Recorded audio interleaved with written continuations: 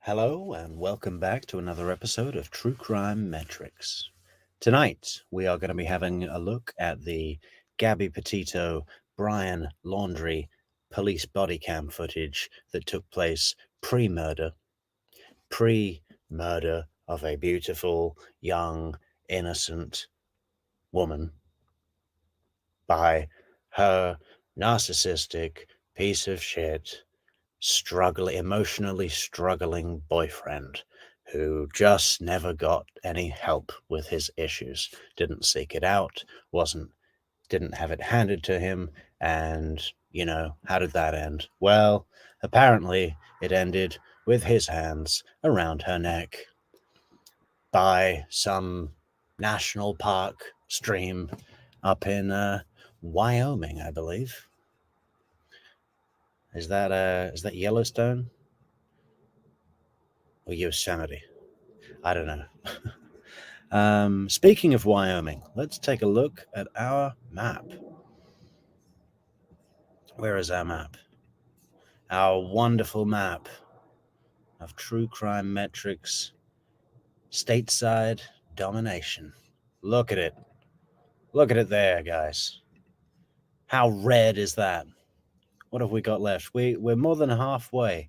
I think we're at 28.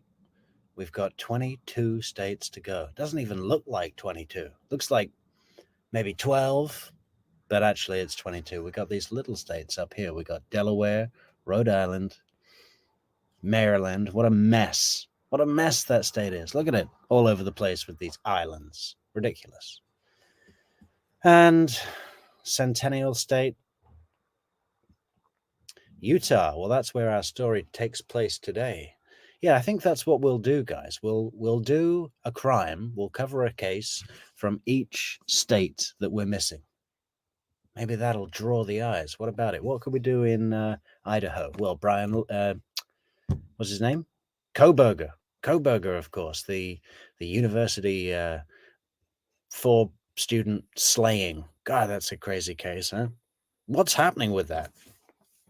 And he drove all the way to Pennsylvania and got stopped twice. Excellent body cam footage. Yeah, there's a little bit of content that we've got to cover on him, even before the trial starts. I guess we're not going to see any interrogation of that guy, seeing as he's a criminologist. Ooh, how are they going to get him? He's a criminologist. He knows all the tricks. What can we do in North Dakota? Oh, there's a good one where that woman cut the baby out of the mother and kept it as her own. Yeah, I forget her name. Horrible case. Wyoming. Well, this one sort of covers Wyoming, but not today. Today we're in Utah. Nevada. Are there any crimes in Nevada? I don't think so. Colorado, Chris Watts. Yeah, that's coming up, guys. So make sure you're subscribed to the channel. But I know you all are anyway, because why wouldn't you be? Arkansas. Again, no crimes ever happen in Arkansas. Iowa, same thing. Just too damn friendly. All that corn. Louisiana, we could do Joel Guy Jr. I know that took place up in Tennessee, but we've already got Tennessee. So Joel Guy Jr. was going to school in Baton Rouge, so that covers Louisiana, kind of. South Carolina, we've got a good one with the Uber killer, the Uber driver, the fake Uber driver. I'm going to drive around Columbia and pick up a student home from a bar and then just beat her to death for no reason. What the hell was all that about? Rollins something. No, his last name is Rollins. I don't know. Good trial, though. Good witnesses. What can we do in Vermont? I don't know. Anyway, let's get to it, guys. How are we doing in the chat? Oh, welcome everybody in the chat. John Duncan, good to see you. YouTube replier. Okay. Well, all replies are welcome. Letitia Stouch. Thanks, California Amy. Yeah. Yeah. Yeah, we can cover that. Yeah, the Shabusiness thing. I don't know. Do I want to cover that? That's just too gross. You know, I like the bit where she tries to stab her lawyer in the face with a ballpoint pen, though. That's pretty, what a meth head. Not only do you cut up your boyfriend and hide his body parts all over his house for his mother to find, but then you go into court and try and stab your lawyer with his own pen. What is wrong with you? Yeah. Hey guys, has anyone just come from Grish's stream? I was just watching a bit of Grish's stream, and Leo from 544 Camp Street is on as a guest, and they were talking about true crime metrics. It's a little bit surreal, I like both their channels. I watch both of their channels, and I don't know. I think me and my little channel over here are having a bit of an identity crisis. I feel like we need to step up our game, because really all we've been doing so far is just messing around with you guys. Are we a comedy show? Are we an exploratory show? Are we studying human behavior? Are we trying to solve a case? Are we commenting on the legal system? Well, I guess it's all of the above, right? But maybe, it's just a little bit, well, I don't know if intimidating is the right word. Let's just go with surreal. It's a little bit surreal to have 544 Camp Street and Grish mentioning me on their show, like as if I matter, as if this little channel that I run from Portugal matters in the slightest. It's a little bit weird. It's very much appreciated. I'm humbled, really. But yeah, I would like to do a collaboration with Leo at some point, because he's already invited me to come on his show. I will invite him also to my show, and we can have a conversation together, and you guys can join us. So again, make sure you're subscribed to the channel, because that's coming up probably pretty soon, because I'm finally going to get some days off from my my day gig. Anyway, where are we? Oh, there was one more thing I wanted to say about Grish and 544. What was it?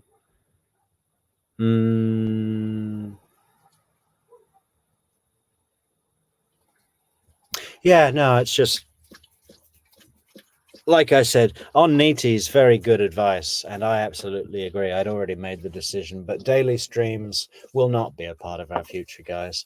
We will probably aim to do 4 per week, 3 or 4 per week on regular days. So I'm thinking Sunday, Monday, Wednesday, Thursday.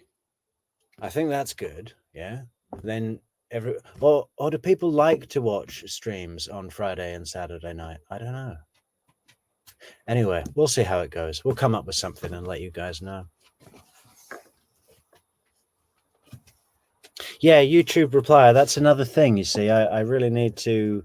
It should be quality over quantity. And the falling asleep thing might have been funny and even a little cute the first once or twice, but come the 4th or 5th time, I feel like I'm insulting you people. I feel like I'm not doing my bit and not taking this seriously. So I think I want to take it more seriously. I want to start planning where we want to go with episodes, maybe where we want to go with series of episodes, and kind of set a direction and then walk through it with you all together as a group. So we're going to start stepping up our game. Basically, is the because at the moment it's just been straight shooting, no prep, no nothing. Just watch a video, we talk about it, read comments, and that's all well and good. But that's not really what I wanted to achieve with this channel. It's had so much attention recently that it's been difficult to keep up with the with how it's been developing. We've got so many people coming in and so many comments coming in that it's almost just become me reading comments online, and that's not really, I think we can do a lot more than that. So stay tuned. Exciting times coming up. We're going to be looking into new ways of doing things, and me and Leo, and maybe even Grish. Maybe we'll have a three-way conversation. I don't know. I really, I've got a lot of value. I get a lot of value from Grish. Some of his stuff, I wonder if he's overcomplicating and trying to scramble my brain on purpose. but I really appreciate the effort he goes into, and he's brought a lot of really kind of aha moments to my consciousness. Stuff about burner phones, stuff about the argument of what the hell happened with the cop who pulled over Sigfredo Garcia and Luis Rivera when they were doing like 110 at 9 in the morning, cocaine all down their shirts, car full of booze and drugs and guns. And the cop said, okay, put your seatbelt on and drive more carefully, and let him go. I always wondered about that, but it was Grish that brought to my attention that the cop took their registration, their license and registration, went back to his cruiser, put it through the database, and because Luis Rivera had a ongoing federal investigation, racketeering investigation, there was a marker on his name that said, listen, if it's for pecun shit, if it's small change, then don't arrest him. If it's speeding, don't arrest him. Let him go, because we've got this guy. We're monitoring this guy on federal level. And I'd never thought about that, right? It was Grish that brought that to my attention. So I really appreciate a lot of the stuff he puts out. His last one or two videos, I need to go back and watch again and just absolutely give it my full attention, because I watched it while I was kind of in the middle of something, and there was so much, he really backs up his cases with some evidence, and I just couldn't take it in. So that one kind of washed over me. But still, Grish, if you're out there, fantastic stuff, man, and really appreciate your work. Same to you, Leo from 544. Yeah, I think we both know that we have the similar kind of thinking, I don't know, brain, something familiar. There's a mirror here, man. There's a mirror.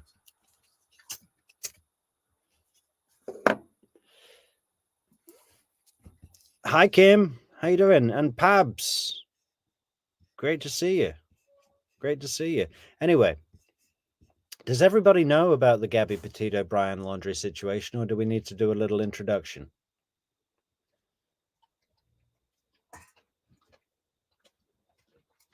Okay, Rivera got a ticket, but the cop didn't search the car. And, if he did search the car, he basically let them go. He had grounds to search the car. I'm sure he recognized the signs that they were intoxicated. And if you're speeding at that kind of level in that zone at that time of day, yeah, you could be in big trouble. He got off light, ticket or no, whatever.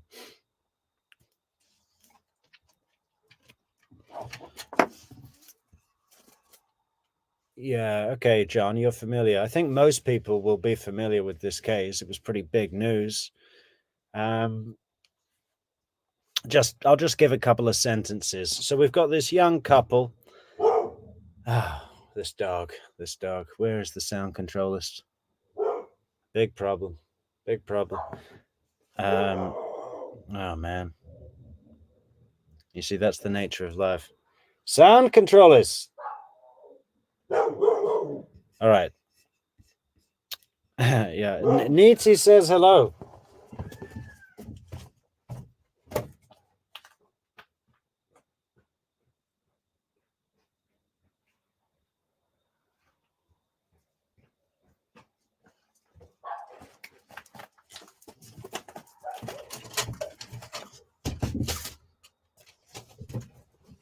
Okay, guys. So we've got this young couple, Brian and Gabby. She's 22, he's 23. They're traveling in a van, doing the whole van life, #van life thing across the states, going around all the national parks, taking lots of pictures for their Instagram account. And Gabby's working on a blog, a travel blog. She's into nutrition. She's into smoothies. She's into nutritional smoothies.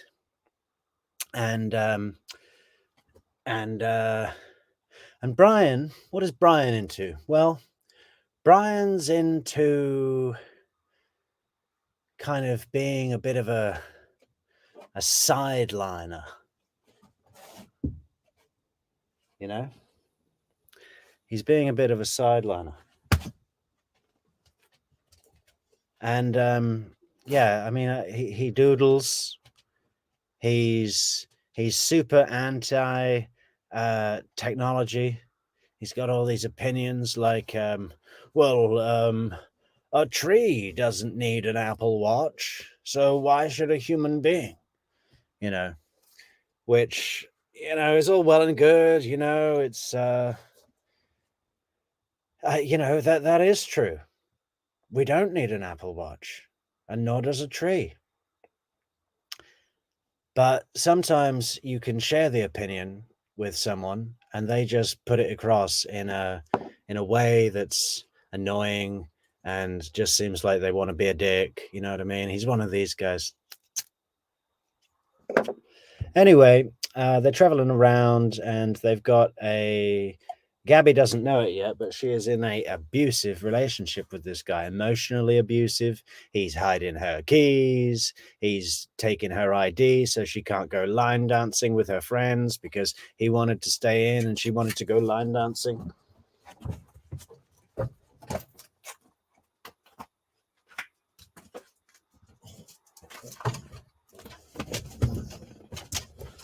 Sorry, my dog keeps being annoying. She's in heat, so she's driving me crazy. Nomadic Static. Yeah, that's what we're about to watch right now. Anyway, the body cam that we're about to watch also, just after the little intro from her YouTube channel, they wanted to be YouTubers, guys. Well, she did. Brian just wanted to put her down, you know. Oh, it'll never work out. That sort of thing only happens for 1% of the population. You're wasting your time. You're wasting your time with this blog. You know, really one of these guys, okay? But always nice guy Brian on the face to everyone else. Nice guy Brian, really supportive, good boyfriend. Yeah, right. And yeah, so there was the reason the cops were called is because they went to a kind of I think it was like an organic food store in Utah. And Gabby, there was a little bit of tension going on because Gabby was working on the laptop in a cafe for hours, for like the whole morning, on the WordPress, making her website, writing travel articles, and this sort of thing. And I think Brian was like, oh, let's go. You're wasting your time with this blog. It'll never work. You're wasting your time. You know, we need to go into the mountains now, you know, and so they went to this organic food shop supposedly to stock up on a few supplies while they were going to go on this trek. And there was an argument, and Brian took the keys. By the way, the van that they're traveling in is belonging to Gabby. She's the one that saved for this trip. She's the one that provided all of the equipment. I mean, you know, the tent and the van, and she paid for the van conversion to put the bed in and to deck it out all nice #van life style, right? So everything, he doesn't even have a phone. He uses her phone, right? Because he's like, oh, a human being doesn't need to be connected to the internet. A tree doesn't need to be connected to the internet. But hey, babe, can I use your phone? I need to Google something. Yes. So anyway, there's this argument. He takes the keys, won't let her in her van, right? Until she calms down because she's being unreasonable. Anyway, try telling that to a woman who's stressed and pissed off and you're not helping. She's going to slap you in the face, which is exactly what she does. And I think he slaps her back. And then he's trying to drive off in her van, and she's trying to climb in the passenger window that's halfway up. I mean, it really is just, guys, kids, okay? Listen, this relationship, it's not working out. You're 22, you're 23. Now, why don't you just leave each other and go in the opposite directions? Because this is no good. This is no good. And you think it's important, but it's really not. Okay? So just end it, please, before something bad happens. And then guess what? Yeah, it did. Anyway, they eventually drive off together in this little van. But some members of the public, multiple members of the public, there were several calls to police to report an incident of domestic violence, right? Saying, yeah, this guy slapped this girl in the face, and then they drove off at speed.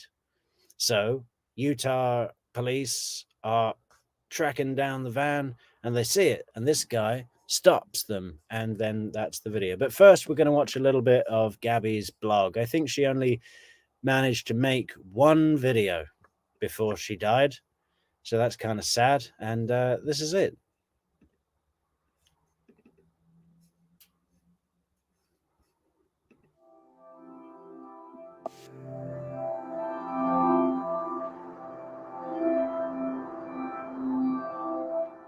Gabby Petito never goes outside.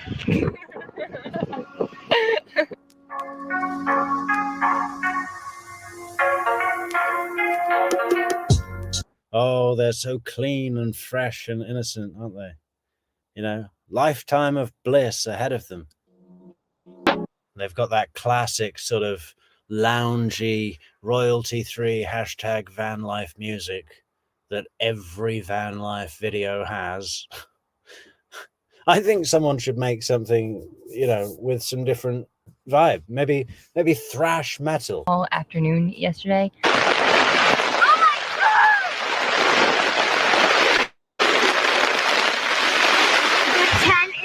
Coming in on the witness.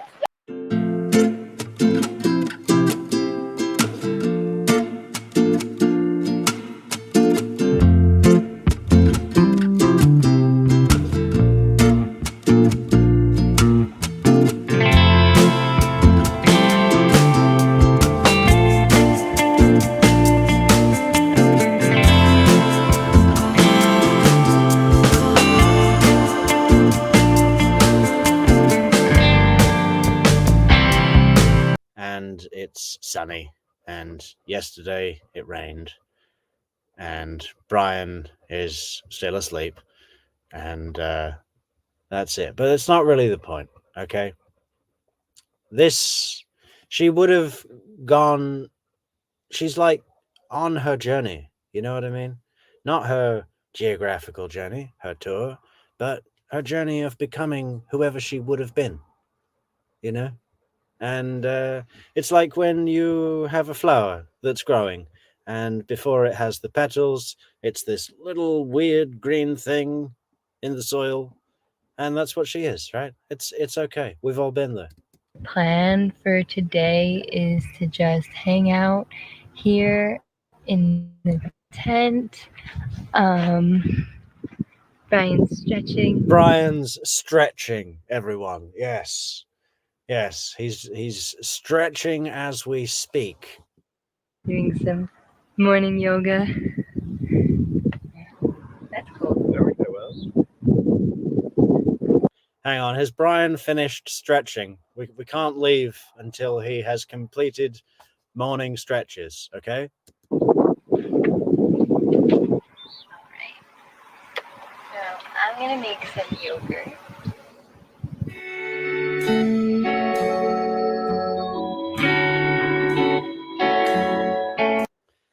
That's the other thing. Every van life video that there is has a hot chick making some yogurt granola on a little shelf on the van door. You know, if you don't make yogurt granola on a shelf on the back of a van door, it's not van life at all. So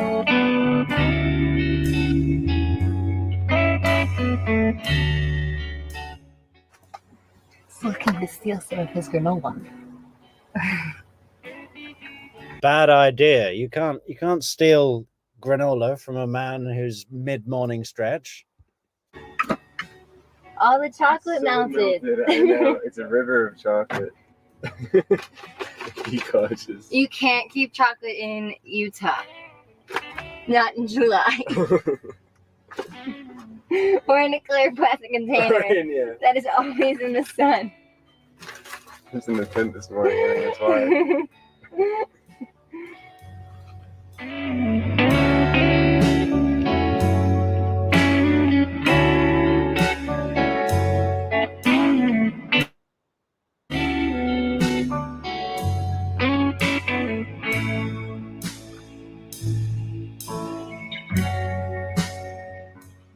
I love the band.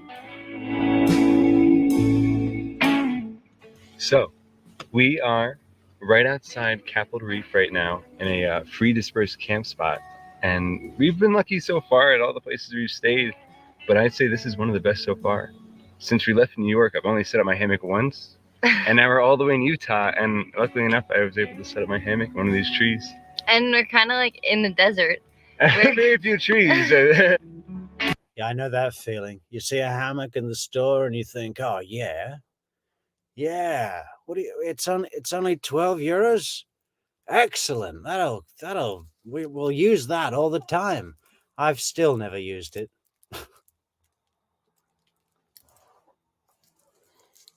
And I still carry it around with me. And every so often I see it. And it sort of, I feel like it looks at me, like, you know, and I just move it to another box.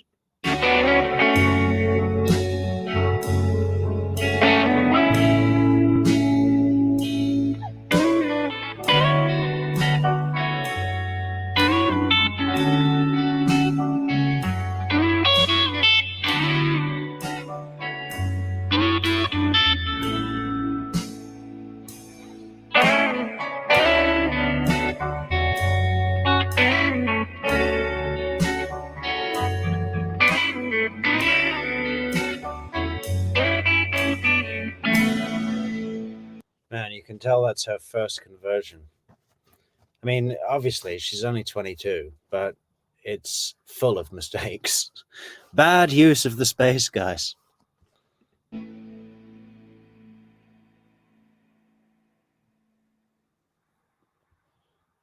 Okay. Well, there she is, look, with a real shiner. I haven't seen that picture before. What's that? Evidence of past brutality. Anyway, what we're really here for, guys, what we're really here for is the body cam footage, right? Because, you know, what happens in this body cam footage is the cops are called because they've been told that Brian slapped her in the face and drove off with her.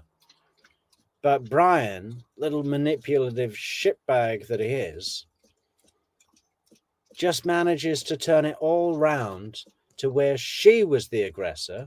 And what do the cops do? They say, well, because there was this domestic incident, our policy says that we can't release you together. We have to separate you. So either we take one of you to jail or you have to go your own ways. But obviously they're both living in this van and they're thousands of miles from where they live. So they say, Brian, we're going to put you in a nice hotel and pay for it. And Gabby will have to take the van and sleep alone. And she's a little nervous being a tiny little young woman in a van on her own in a strange to her place. You know, she doesn't know Utah, blah, blah, blah. And it's just amazing. At the end of the video, Brian's super buddy with all the cops. He's just like, "Oh, you get to play your own tunes in the cruiser?" And the cop's like, "Yeah, man, I got Bluetooth set up and everything, all my own music." It's ridiculous. Anyway, how do we share stream? Present, share screen, browse. This one.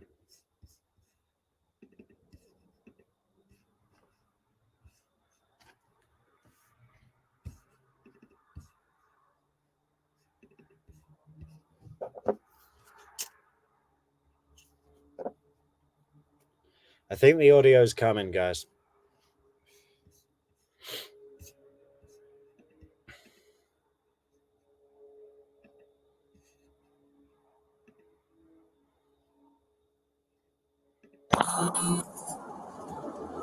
Driver is showing some obscure driving, possibly intoxicated.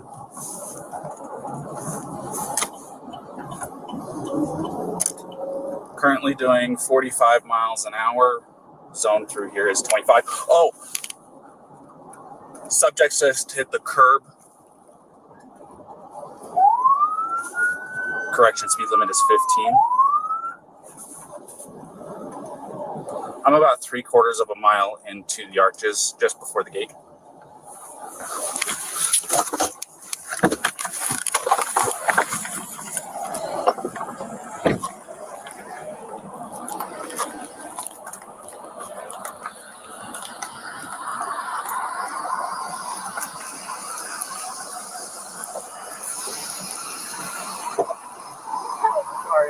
You want to place your vehicle into park and go ahead and turn it off for me? Yeah. No, park. Oh. Okay, so straight away, Gabby is in a real state, you know, hyper emotional, just screwed up face, genuinely distressed, right? It isn't parked yet. Okay, turn off your engine. Go ahead and set your keys on the dash for me, all right? What's your guys' names? Gabby. Brian's all like, yeah, I want to be in compliance. Full and total compliance, officer. Brian. Gabby, Brian, okay. What's going on? How come you're crying? I'm just sorry. We've just been fighting this morning. Some personal issues. It was a long day. We were camping yesterday, and camping got stuff, flies and stuff. I'm sorry I hit the bump there. I was distracting him from driving. I'm sorry. Can I get you to step out of the vehicle for me, man? Yeah. Just hang tight right there. Do you mind if I take your keys and just put them on your hood? You got it, buddy. I'm so Thank sorry. you. Oh, no, you're fine.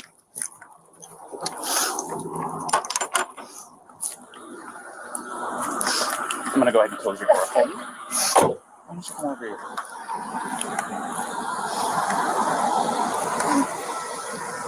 SO229. I have the female that was in the passenger seat separated from the male. Keys are on the hood. You want to tell me what's going on? Yeah, I don't know. It's just some days I have really bad OCD, and Okay. I was just cleaning and straightening up the back of the van before. I have really bad OCD. Okay.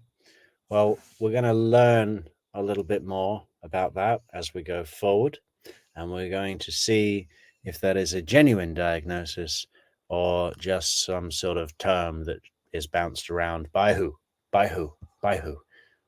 Apologizing to him and saying, "I'm sorry that I'm so mean," because sometimes I have OCD and sometimes I just get really frustrated. Not like mean towards him. I just I guess my vibe is like I am like in a bad mood. And I was just saying, I'm sorry if I'm in a bad mood. I've just been really stressed. I had so much work I was doing on my computer this morning.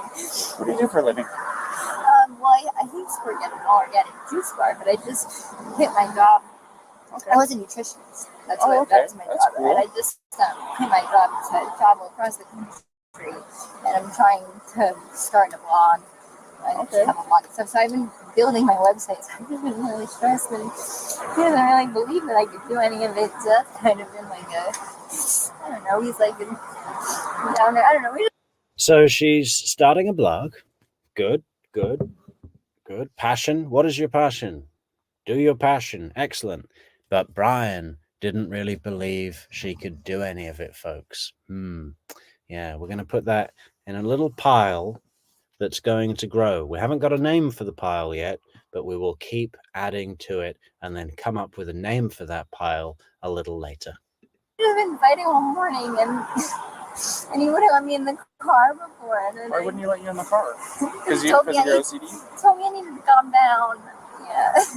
But I'm perfectly calm. I'm calm all the time. And he really stresses me out. And this is a rough morning. Well, why don't we do this? He really stresses me out. Is that what she said? All the time. And he really stresses me out. And Yeah, I can imagine why. Because he's always saying, putting you down, putting down your passions. Oh, I don't really think this is going to work. Blog, that doesn't happen.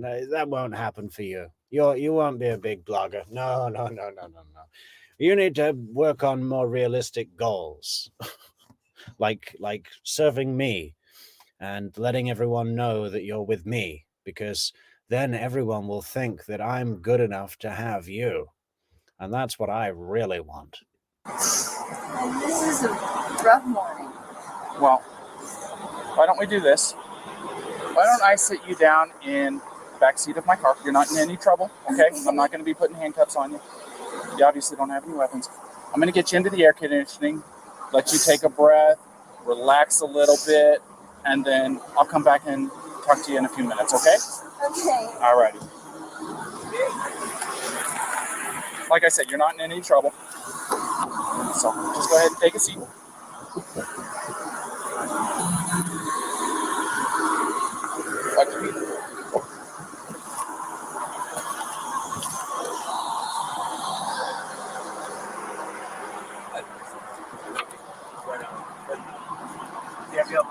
Oh, additional cruiser, guys. Additional cruiser. Big news in Utah. Just through the arches, a couple of miles in. What's that? You talked to Gabby already? Yeah, I just spoke to her. Yeah. So, you want to do me a favor? Let's go ahead and get you to step out of the vehicle, alrighty?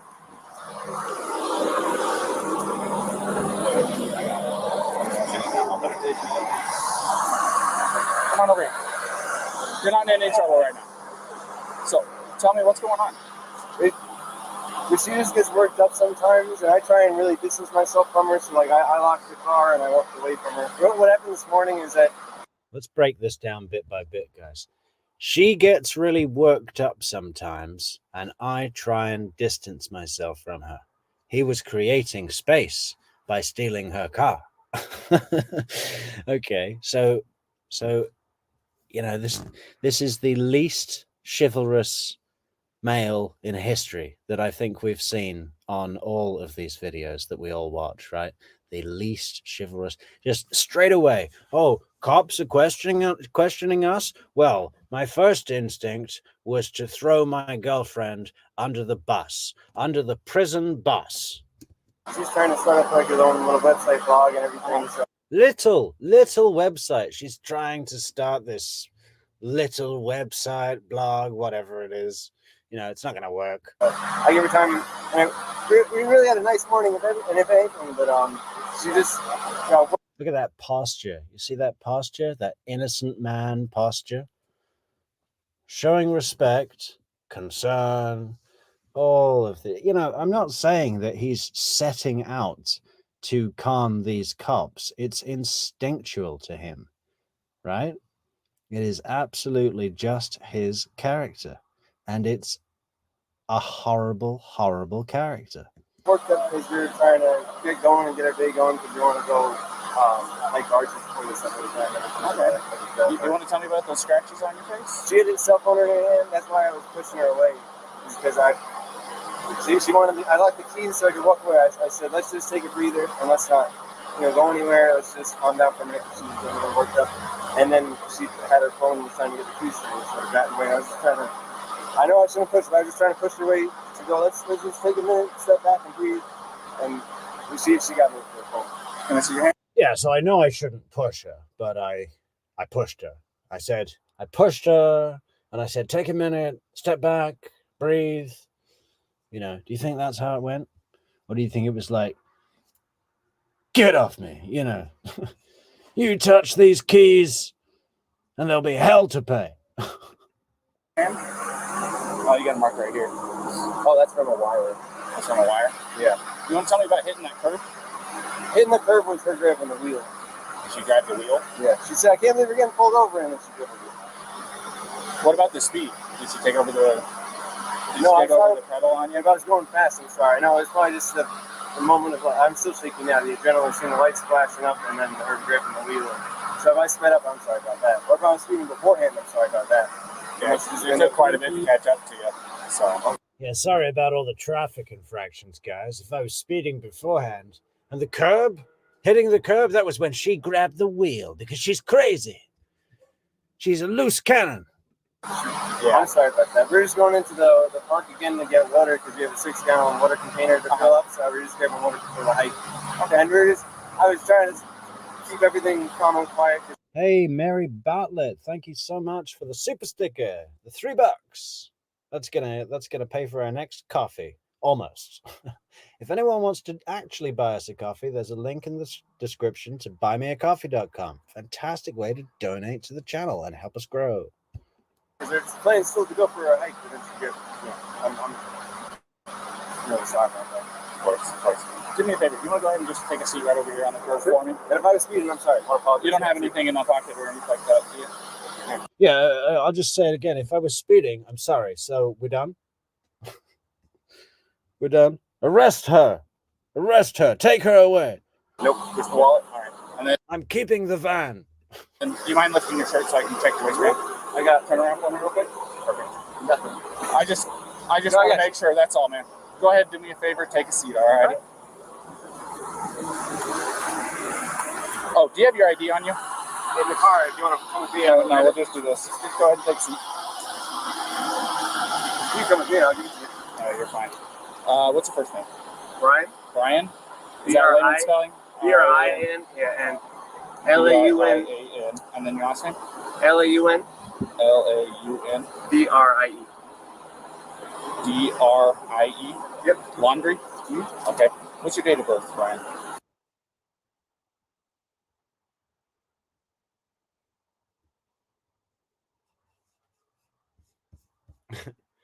Yeah, California Amy says, did she push his foot down on the gas pedal? Yeah. And then she pushed his fist into her own face, because that's the kind of thing that she would do. She's either blogging or being violent or making me speed and reckless drive. Okay. He was yelling at her when they were recklessly driving, right? Going, I told you your blog sucks. I told you it would go nowhere. It's nothing, and it'll go nowhere. Oh, it feels bad to laugh at this situation. But we can call it gallows humor, guys. Gallows humor. I'll say crisscross applesauce, but can I just sit in the shade because I'm bald? I know it's okay. I'll give you some shade. Sound good? All right, just hang tight for me. SO229. I need a 20. Yeah, that's great, isn't it? You need some shade, and what do you get? You get a traffic cop to tower over you really close. Really, yeah, now you can relax in the shade. Name and date of birth.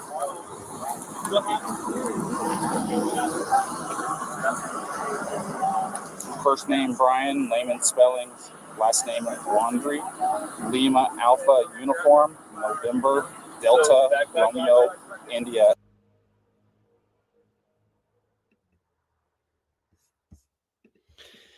Yeah, Mary, we're growing. We grow quicker when we do the Adelson case, for sure. When we're rocking the Adelson content, we're getting like 15 or 20 subs a day. Slowed down a little bit because we've taken a little break, because we're not a channel that just does one case. We're looking around. We're going around the different states. You know, why not? We've already got almost all of the states viewers in each of the states. Why not cover a crime from each of the states? That'd be fantastic. Except no crime happens in Iowa. Oh, actually, there was that guy that killed his cheating wife, wasn't it? The pig farmer guy. All right. I take it back. Well, to be honest, I What'd you hit him? But everyone out there who's not subscribed to the channel, we're about 142 subscribers away from 1,000 subscriber landmark. So we'd really appreciate it if you just took a moment and hit subscribe. We know that you get the videos on suggested feed anyway, but if you subscribe, it's way better. It's way better, and you'll get notifications about when we're live, so you never miss a conversation. Why would you want to miss a conversation? Don't take that risk. Subscribe to the channel right now. How many times did you sign? Bravo, Romeo, India, Alpha, November. And then what? And his reaction was to do what?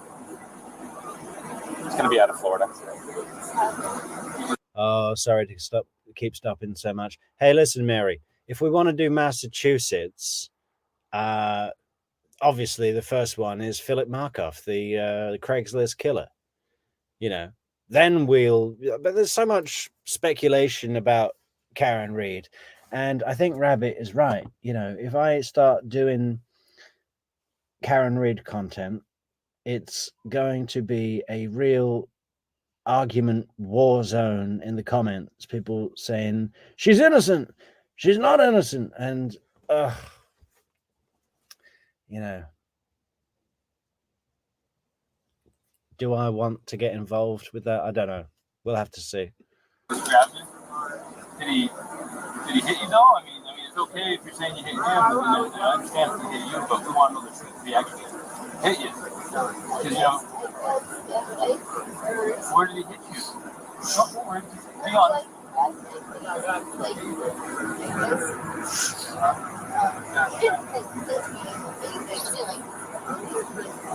Did he slap your face or what?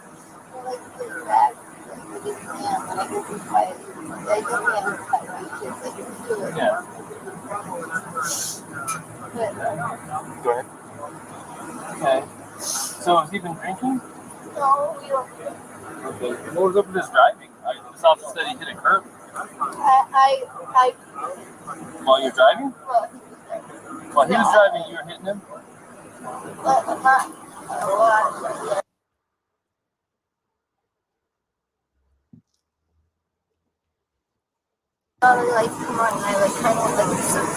Did you already tell him all this?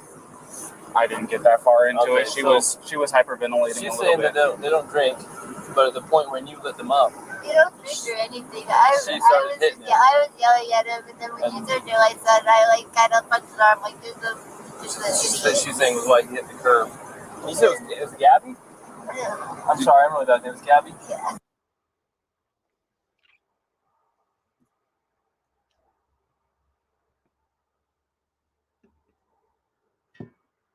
Try to meditate stuff, but you tend to have a lot of anxiety and stress. I have a lot of anxiety. And what's his name? Is it Brian?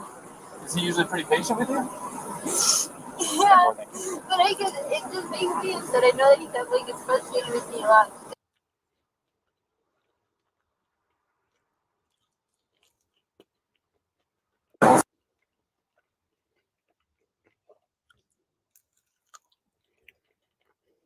Way of taking my anxiety and bringing it down, but my ex-wife, especially my ex-wife, I'm just sharing. I know it's a little personal, but help you understand.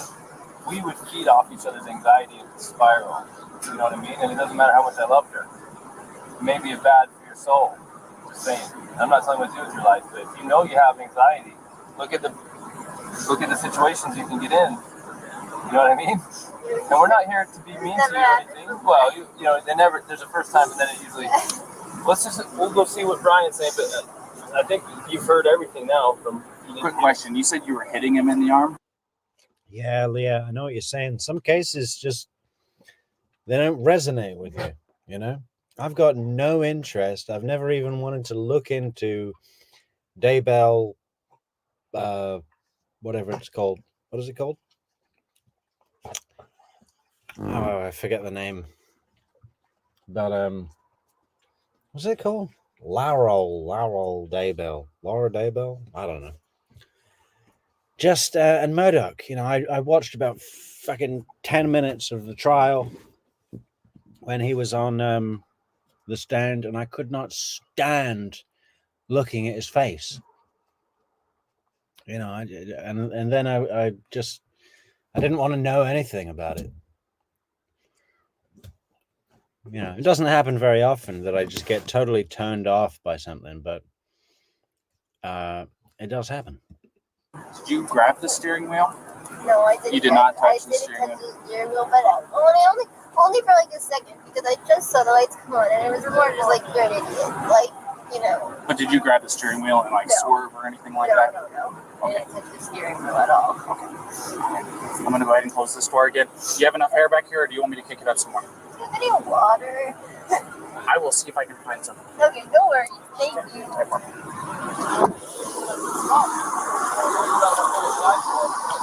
You wouldn't happen to have any water, would you? Can I get a bottle?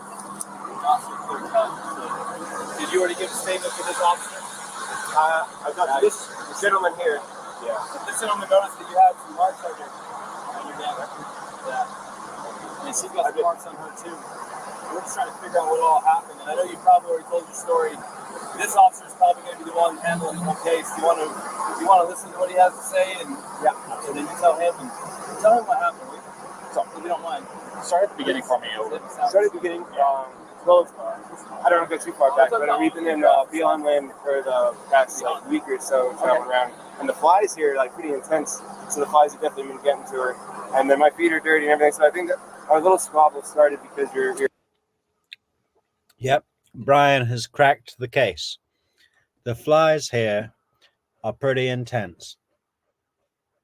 We need to arrest the flies. That's why the flies pissed off Gabby, made her blog extra bad, and that's what started the fight. So, you know, the flies need to be dealt with by law enforcement. You're hanging out at the coffee shop, and when we got back to the van, there was some dirt and stuff in the van, and I moved our food around. It was a little disorganized, so she gets a little. Sorry about that. It's okay. Do you need any water? That's okay. It's hot out here. We were going to get water because we ran out, but it's okay. No, it's all right. I don't like plastic bottles. It's okay. Thank you, though. Did you hear what you said, guys? No, it's okay. I don't like plastic bottles. Okay. So he doesn't like plastic bottles. You know what I'd like to do with him directly after he said that? Is march him out into the desert about 16 miles, give him a plastic bottle of water, and then drive away.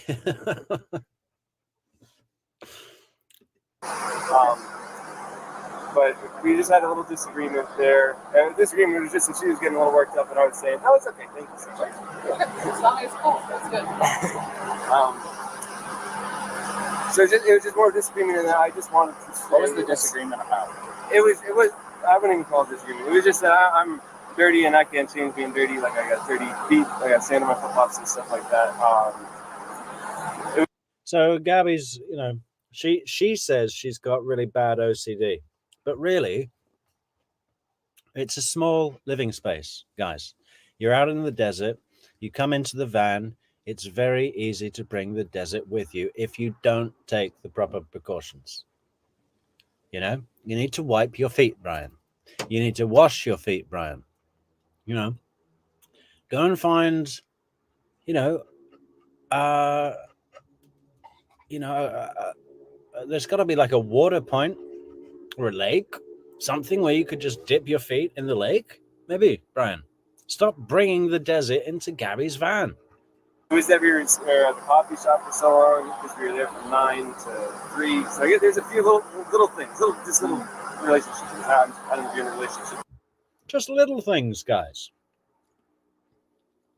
Just tiny little things. The dirty feet, the stupid, meaningless, pointless blog that will never work. And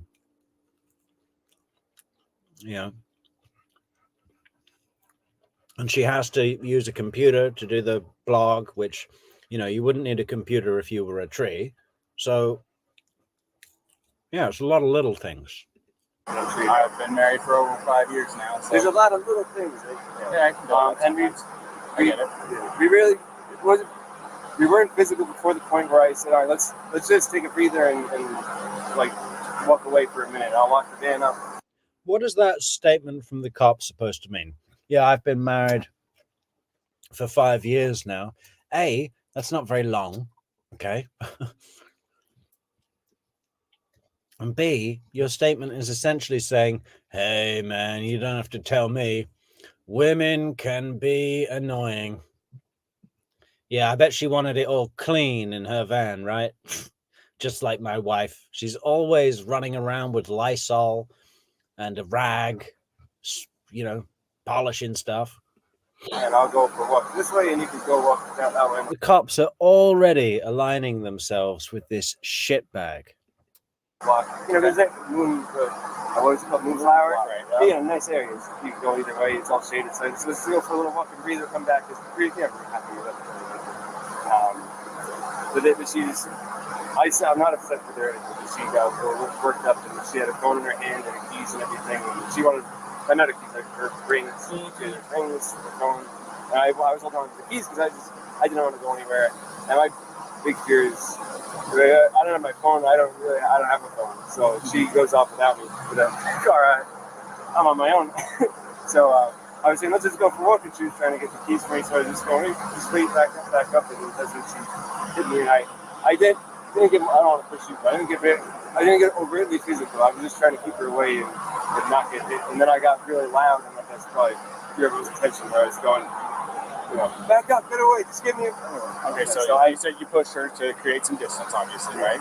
What happened after that? What got the scratches on your eye? The phone. The phone? So you pushed her and she hit you?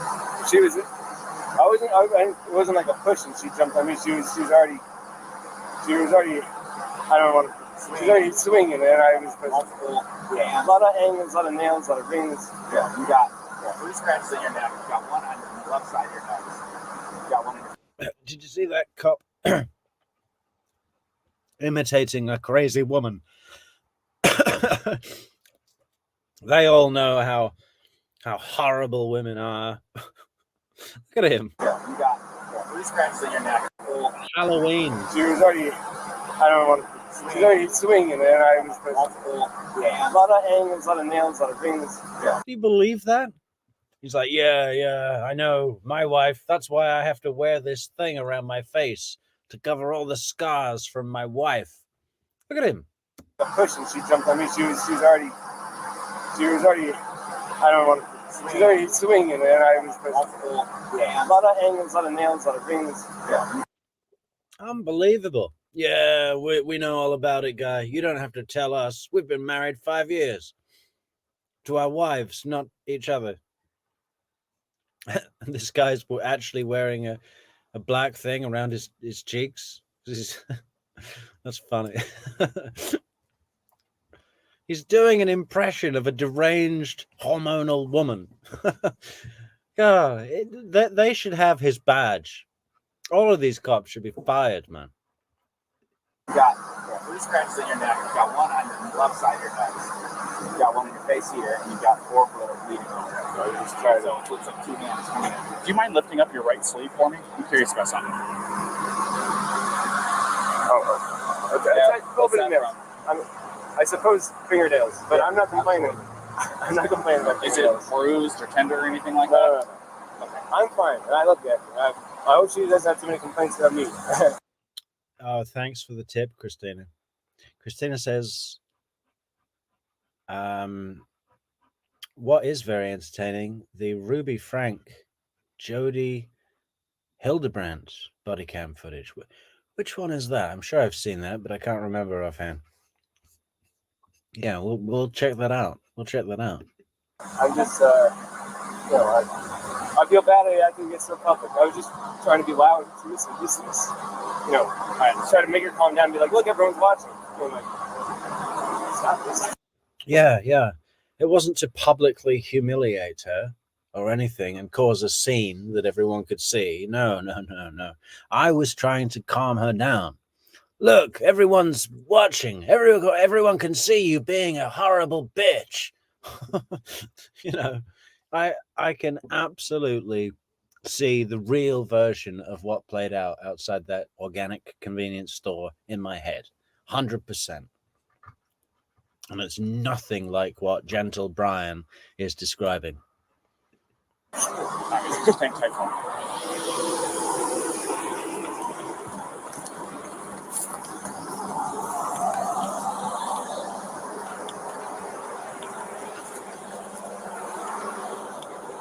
Absolutely need to. And alcoholics can charm cops as well. They can just switch off being drunk like a switch, just like a light switch, and suddenly charm the cops. It's amazing to see.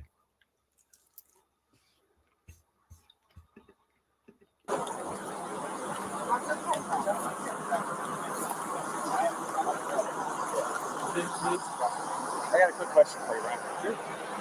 Do you take any medications or anything like that?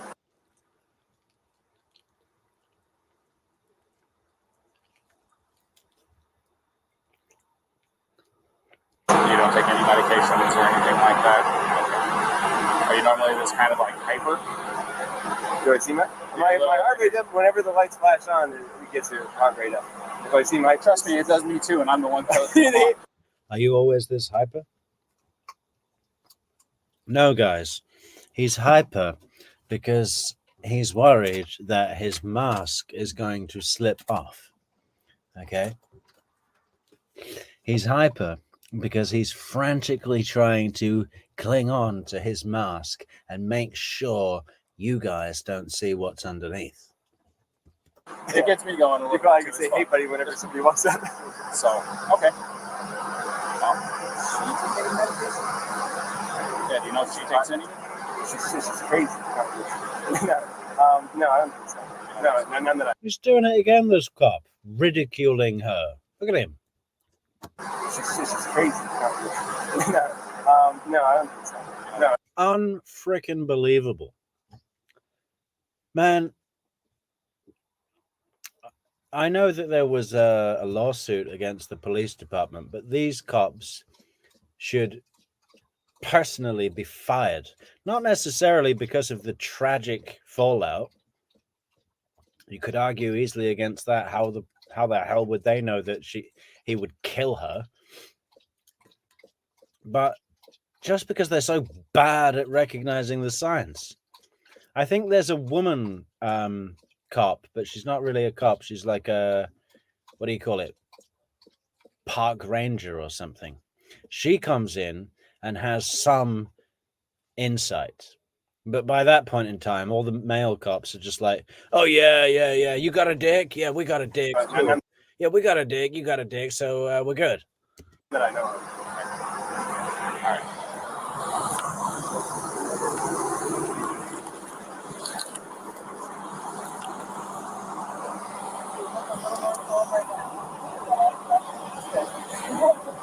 Real fast, can I get your first name?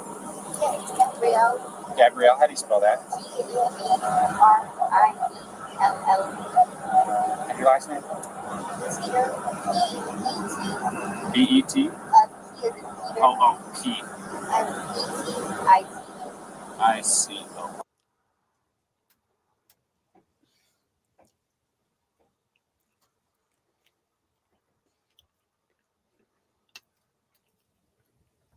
guys both live in Florida, right? Or that's where you guys come My from? license is Florida right now, but I'm from Florida. So that's where you have it out of currently. That's okay. No, who was that commented? Mary says maybe it's the fact that Karen's husband was a police officer that is making it so popular. No, like I said, I haven't even started looking into the case. I've seen no trial footage. I did rewatch a brief video announcing the crux of the case a few years ago before trial. So I remember kind of the rough outline of what it's about. But the thing that's making it so popular is because Karen Reed loves the friggin' camera. She's had her hair done. She's making sure she's pouty pose in pictures. She's absolutely aware of the cameras and playing to them. And she's,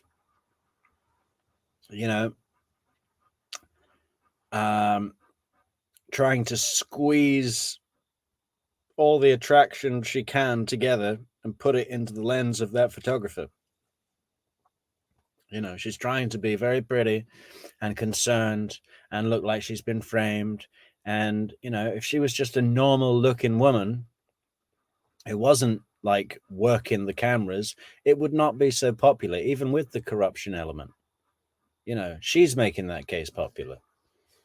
And the photographers and the press, because of what she's doing, it's basic.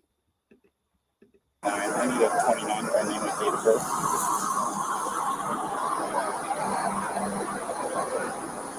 First name Gabrielle, Golf, Alpha, Bravo, Romeo, India, Echo, Lima, Echo.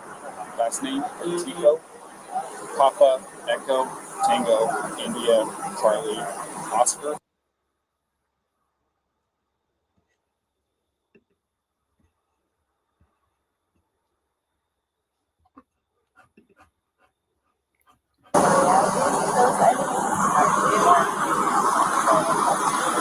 It's going to be Florida.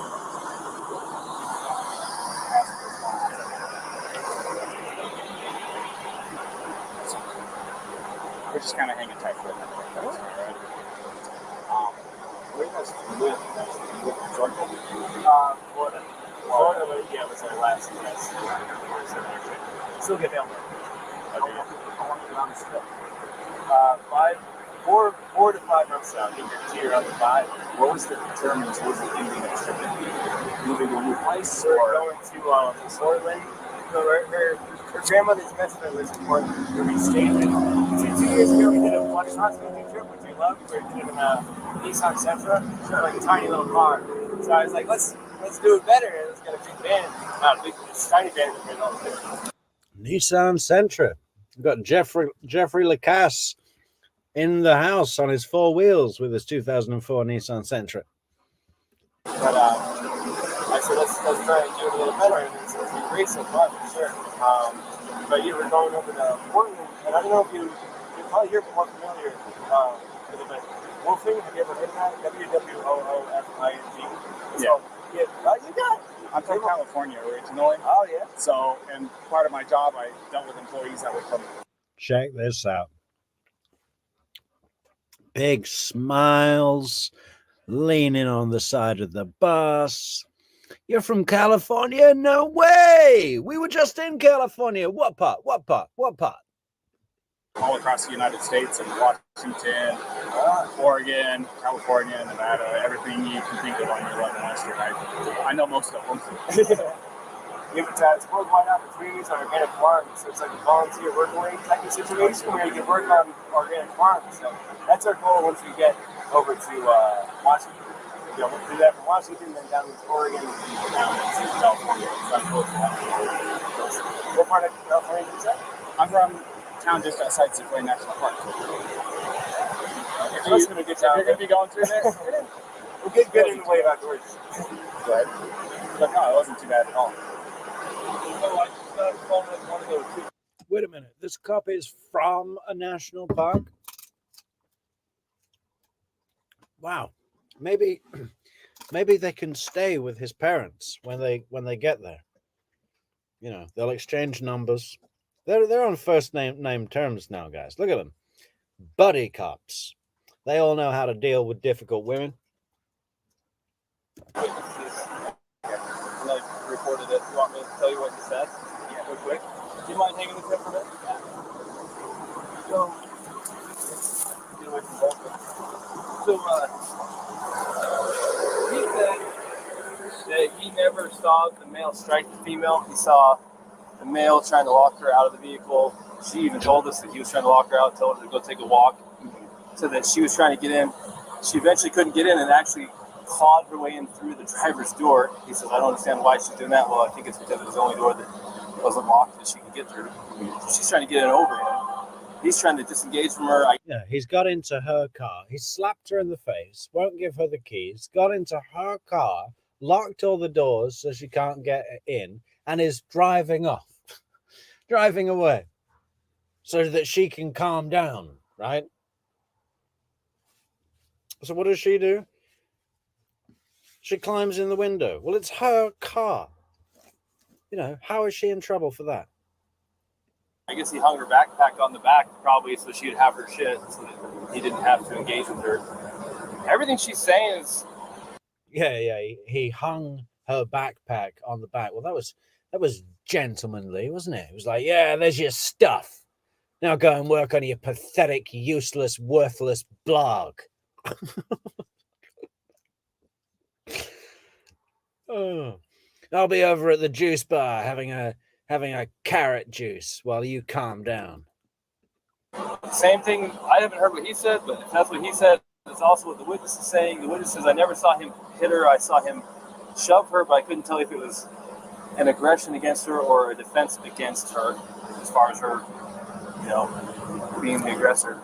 So at this point, unless the guy's screaming that he needs to go to jail and did something to this girl, it sounds to me like she is the primary aggressor. Yeah. Now, the problem with her being the primary aggressor is in an instance of domestic assault, be it a male or be it a female, we shall arrest. Now, that doesn't necessarily mean they have to go to jail. We can do a citation if it meets one of three criterion, which one of them is that we can ensure that they're not going to further risk each other's safety. But the problem with that is they live in the same vehicle. That's what I was going to say. The other part of it is there was actually an injury to the victim, which is him. Right, and I'm getting conflicting stories about why they hit the curb up here. What did he say why he hit the curb? Well, I've watched, this is what I saw first. I saw him cross the double yellow. I was doing 42 miles an hour. I was, I don't know, probably 2 car lengths behind him, tapping my wheels at him, trying to get his attention. They knew I was behind him. And then after he crossed the double yellow, he merged over into the right lane, and then out of nowhere, just boom, hit the curb. So did he tell you why? He said that she grabbed the wheel and turned it real hard. She said that she was hitting him in the arm. So sounds legit. I mean, I'm sure if I'm driving and my arm's on the wheel and I'm getting hit in the arm, I'm probably pulling at the wheel. Yeah. And I'm sure it was a little... Yeah, did you see that little physics experiment he did, guys? He just did a live demonstration for us, right? He put himself in the position of the driver that was being assaulted, right? So he held his arm up, and then like his hand was on the wheel, and then he's getting hit in the arm, right? And then the wheel in the hand goes up and down, right? So obviously she needs to go to jail. A little of both. I'm usually the truth is somewhere believe. She said that she was hitting him in the arm. So sounds legit. I mean, I'm sure if I'm driving and my arm's on the wheel and I'm getting hit in the arm, I'm probably pulling at the wheel. Yeah. Thank God you're here, Professor. Where would we be without you? I tell you what, man, quit your job, make the last thing you do to be contact your supervisor and say this is a special circumstances case and you need someone with more experience to come and analyze the situation before you take action by your book by book mentality. Yeah. Well, in cases of domestic assault, we shall make arrests, but they live in the same vehicle, so we could offer citation, but it's the weekend and the courthouse isn't open till Monday. So the only thing we can do is put the real aggressor up in a nice hotel for free and send the little girl, crazy, maniac, violent lady away to sleep in her van alone in the mountains. Yeah. And I'm sure it was a little of both, and usually the truth is somewhere between. He's probably trying not to say that he hit her because he probably doesn't want her charged with assault, domestic assault. He probably would rather say she pulled the wheel than hit him. Yeah. You know what I mean? So, fortunately for her, we cannot treat, just because he's bigger and stronger, and even if he's not willing to press charges, we can't treat this differently than if it was a male on female violence. Yeah. And we're going to have to charge her, and we can do a citation if there's some rape. Hey, guy, it is a male on female violence. He was trying to steal her car. They should do him for grand theft auto as well. Attempted grand theft auto. Prick. It can be made to separate them, and then we have to let them know that there's no contact order in effect. And we have to let him know the only way to drop it is to go into the police department during business hours and fill out a waiver, which, by the way, what's today? Thursday? So it won't be till tomorrow. I know they're till noon, I think. Yeah. Which I'm sure he's going to want to drop it. Well, the other part of it is they said that they've been on 4 or 5 months that they've been living out of this van together. Well, this is really bad news, so let's talk to him first. Is this Brian? Yeah. Did you ask him yet to take pictures of him? No, I haven't done any of that yet. Brian, unfortunately, in the state of Utah, we don't have discretion on some things. Like, for example, if I pull you over for speeding and I want to give you a warning, I can do that because it's under Class A. It's a Class B or under. If I want to give you warnings for all kinds of stuff, I can. But there's a few things I can't. Like when I say I, please, I'm not in charge of anything. One of the things that the state legislature doesn't give us discretion on is charges when it comes to domestic assault. And it sounds like you guys are living together, so you meet the statutes for domestic partners.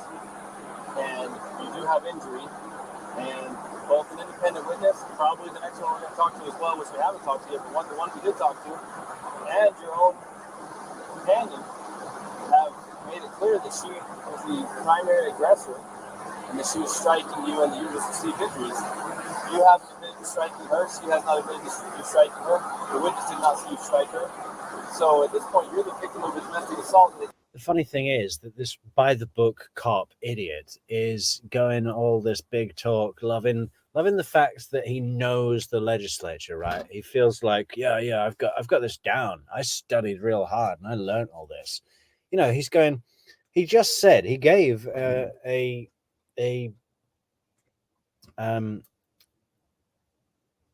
forget the word. Anyway, he just said, it sounds like one of the places that the state legislature in the state of Utah doesn't give us discretion is when it comes to matters of domestic assault. It sounds like you guys are living together, so you meet the criterion for, a domestic partnership. But the thing is, A, he said sounds like, which means he hasn't confirmed that for 100%, right? And B, it would be very easy if there was a domestic assault in a house that was both of their registered address. Okay, maybe you can't get round that as far as the court considers a domestic couple. But these guys are traveling out of state. I think they both have their own individual registered addresses. She's from New York. He's down in Florida. I mean, they both live in Florida, but I'm pretty sure they have different registered addresses. There is easily a way that you could say that this wasn't a domestic assault, as is shown by his what is the word? His ambiguous statement of, it sounds like you guys are living together. He's just wanting to push through anything that shows he knows what he's talking about. This cop is a rat bag made of rats. Even if you didn't want to pursue this, we don't have a choice. The best thing we can do to not, the law says we have to charge her, doesn't say we have to put her in jail. Okay, but it also says we have to separate, do a no contact order, and we have to put her in jail if we cannot separate. And the little problem here is you guys can't afford to live in the van together. How are we supposed to separate them? Now, I don't want to take this small 20, what is it? Yes, a 22-year-old blonde hair who I jail. You could definitely defend yourself against, but at the same time, we can't say because you're a male and she's a female, we can't treat this different. Did he just say, could I go to jail? Can you imagine how much he'd make her pay for that? You got me sent to jail, all because of your stupid, pathetic, useless, worthless blog that's not going to go anywhere? Than if you were the male hitting her. Or you got treated the same. Yeah, no. So she's I told you to calm down when we were still at the organic food store. And you freaked out because I was trying to steal your car. And look what happened. Look what you did. So unless you have an idea about how she could not go to jail and be separated, you have friends in town, somewhere she could stay. Tomorrow, if you want to, it's up to you. You can go to jail. You can't because we don't have a charge for you. Now tomorrow, if you wanted to get with her again tomorrow, I'll take your radio. if you want to be with her again tomorrow, because it's after 5, so office is closed, you can go to the police department and fill out a waiver to drop the no contact order so you guys can still be together, which is going to have a court date online. In a week or two, she's going to have to show up for a court date online and answer. The prosecutor might drop it. She might say, for example, if you're not willing to pursue it, that's your decision. Anyway, I was going to say, it definitely is. I'm not going to pursue anything. She's my fiance. I love her. It's a problem. I'm sorry that I had to get so public. So I just want to get like the checklist of things I got to do to get rid of it. So there's an online court date. Well, she'll get a paper with a court date. How do I get rid of it? Well, the court date has to be attended in order for them to decide whether they need to continue or drop it. The first is just an initial appearance to say, are you who we think you are? Yes.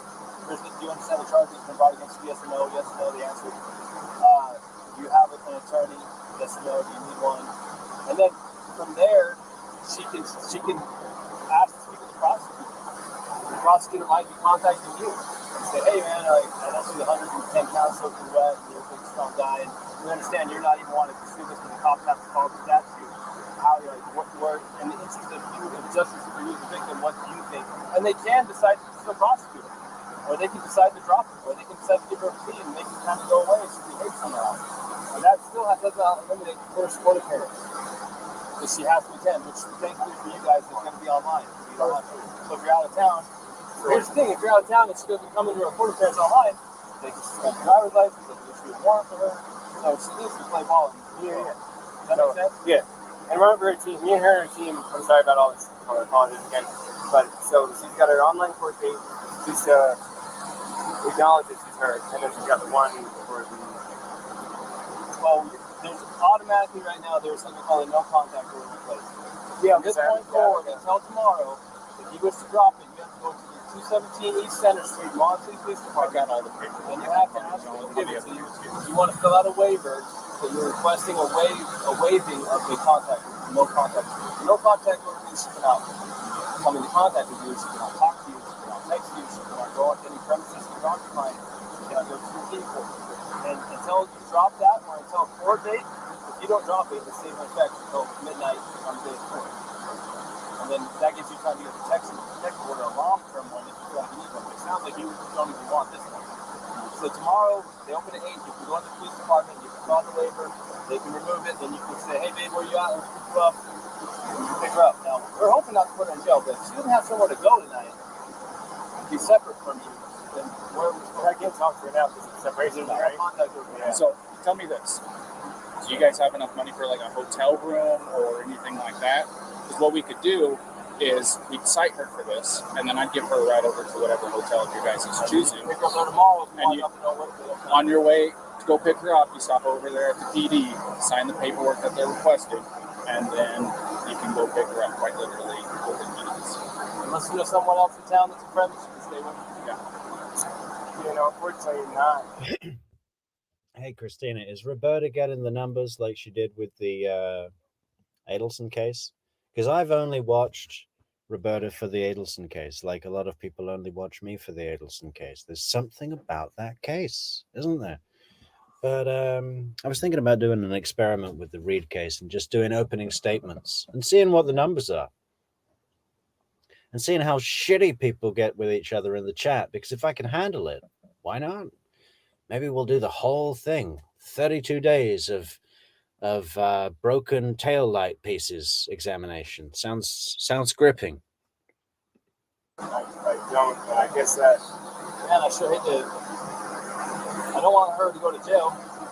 Well, if she goes to jail, it's like that goes down somewhere instead of her going to a hotel. Right? If you get a citation, It kind of depends. So if she goes to jail, they're going to book her. They'll take the fingerprints and go on her criminal history. And then if they don't convict her, then it will just show that it was dismissed. It'll show up in her criminal history, but the charge was dismissed. If she was found guilty, it'll show up that she was guilty of domestic assault. But the charge itself will show up on her criminal history until she gets expunged. Now, even if we give her a ticket, we're still going to take a fingerprint and it's still going to show up. Either way, it's still going to show up. There's no way around a Class A. Or is this a Class B? Yeah, I know. I see her streams come up all the time with Karen Reed, Reed Karen, and I never click. Just like people never click on me when we do Gabby Petito. Look at this, 19 people. Pathetic. Oh, 20. Well, that's still low. I'm very disappointed in the other people that aren't here. They all got notifications. I can see how many notifications go out, like 85. None of them click. That's sad, really. Is Class B. But they do require fingerprint on it. Yeah. Okay, so the other part is if you contact her or she contacts you, she could be charged with a Class A. Well, which is a little bit different, but it doesn't help us. If you were to contact her and she responds to you, then she could get a new charge for violating her. No contact order doesn't restrict you, it restricts her. So if you go talk to her and we find out and you're not in trouble, she'll be in trouble. So it's your interest. Does that all make sense?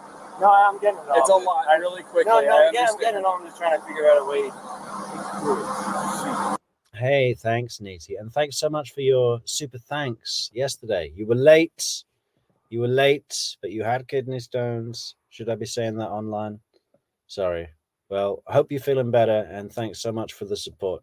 You are the table legs of our journey to justice. You don't know anyone in town? You guys been around long? No, I don't know anyone in town. If she went,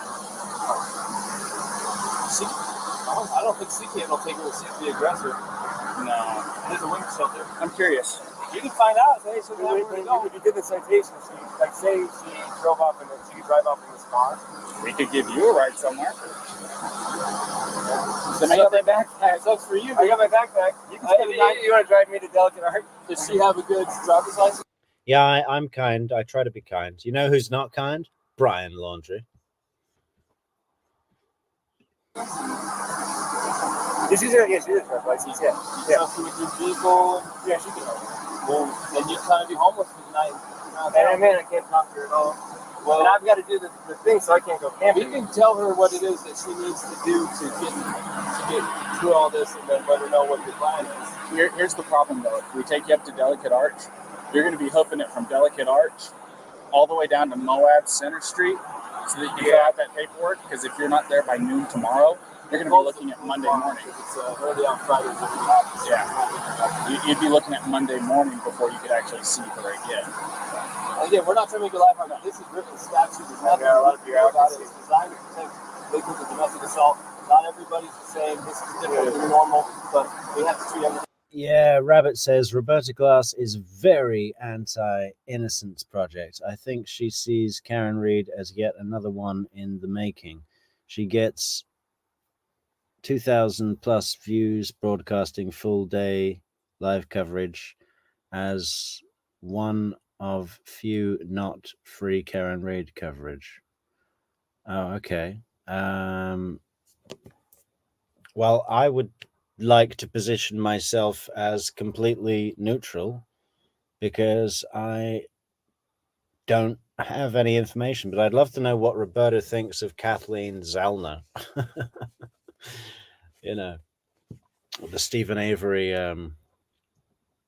Making a Murderer 2.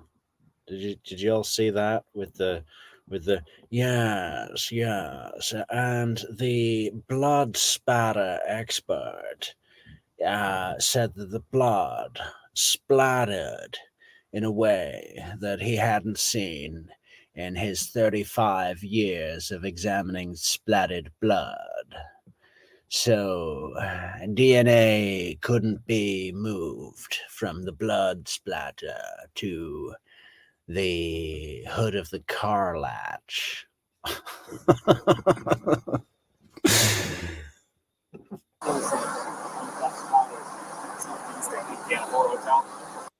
Well, Rabbit, I would start off neutral because I'm coming in blind. You know, am I neutral? I think Massachusetts is one of those states with a higher than average stick by cop mentality. Wisconsin's another one. You know, the camaraderie of cops, going beyond the duty of protect and serve, has some potential for corruption.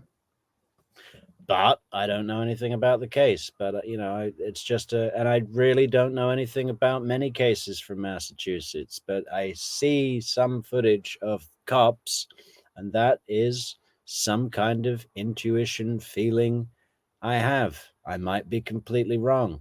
I don't have any solid information. Most of my conjecture is purely intuitive, and I'm usually right about 50% of the time.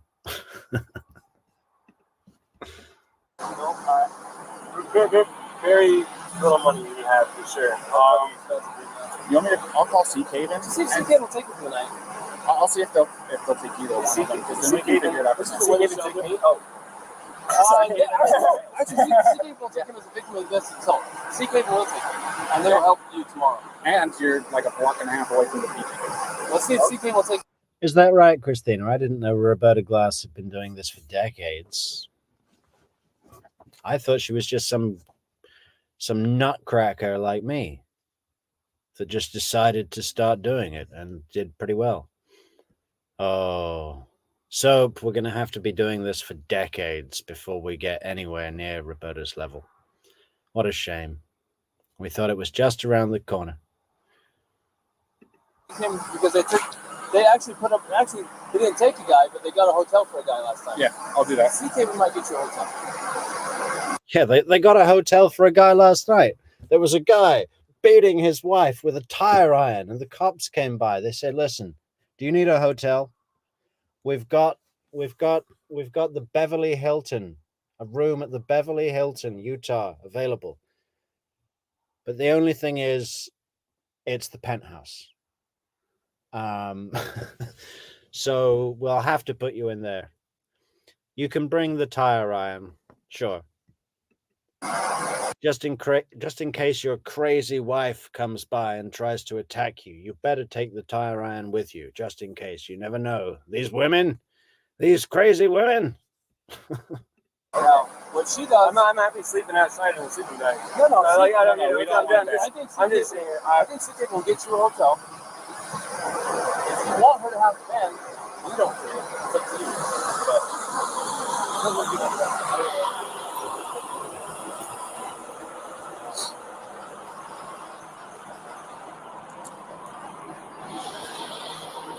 Yes, this is Officer Robbins with Mountain City.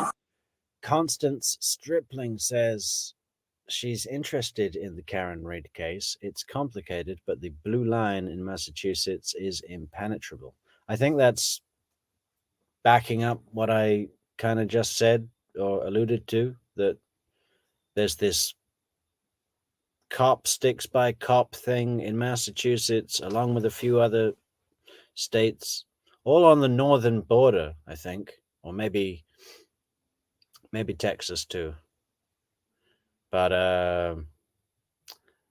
yeah, There seems to be this thing where they just, that comes before what's right. That comes before the community. You got to look after cop by cop. How you doing this afternoon? Oh, not too bad, not too bad. So I just did a domestic, and the male is going to be our victim. Is there any way that you can help? Yeah, he's calling back to the headquarters. I just did a domestic. Yep, another male victim. Yeah, crazy woman trying to start a pathetic, useless, worthless blog. Couldn't handle the failure, and beat him in public. Was set him up with a place to sleep tonight. She was grabbing the wheel, punching him on the arm, and we did a scientific test with that cop that we have that has the brain of a nuclear physicist, and he did a test, and he showed how if he was holding the steering wheel and had his arm hit, it would move. So no need for any yeah, it was him. It was her.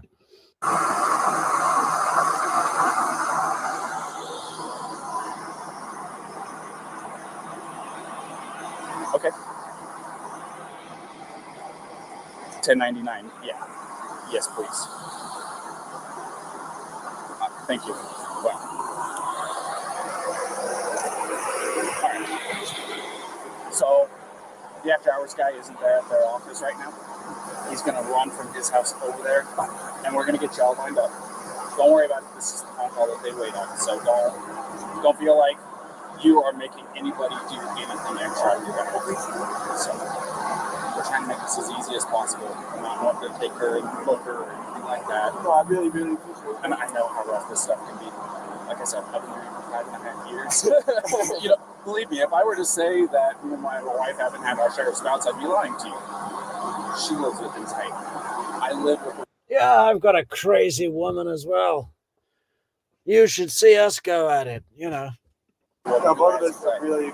I know. Her anxiety elevates my anxiety, and sometimes that's why I'm like, I gotta walk away. I gotta breathe. And look in the back car. This is a bit like Wendy Adelson when she couldn't contain her elation at conning her way through the situation. Brian's giddy with excitement of just like, oh my God, this has worked out really well for me. And I get a hotel with a shower and a TV. Oh, wait, no, Brian, a tree doesn't need a hotel with a TV. Why do you, Brian? Crazy than them, but I'm not going to try to sit here. I think they also get him food. They're like, yeah, here's a bunch of takeout menus. Order whatever you want. Just tell them Lou from PD. Blue Lou said to put it on his tab. Give you like private advice. You've been on this road almost as long as what I have. There's nothing I can tell you that's gonna really make a difference. But at the end of the day, I'm sorry that this has happened. I'm sorry that it went to this extent. No. I'm sorry. I'm sorry. Can I get my key and make like a little bag? If you can grab me something? Yeah. Is that all right? Would you mind watching it for me? Yeah. Yeah, just if you don't mind doing it from over here, we don't want you to get hit in the road. Okay. So.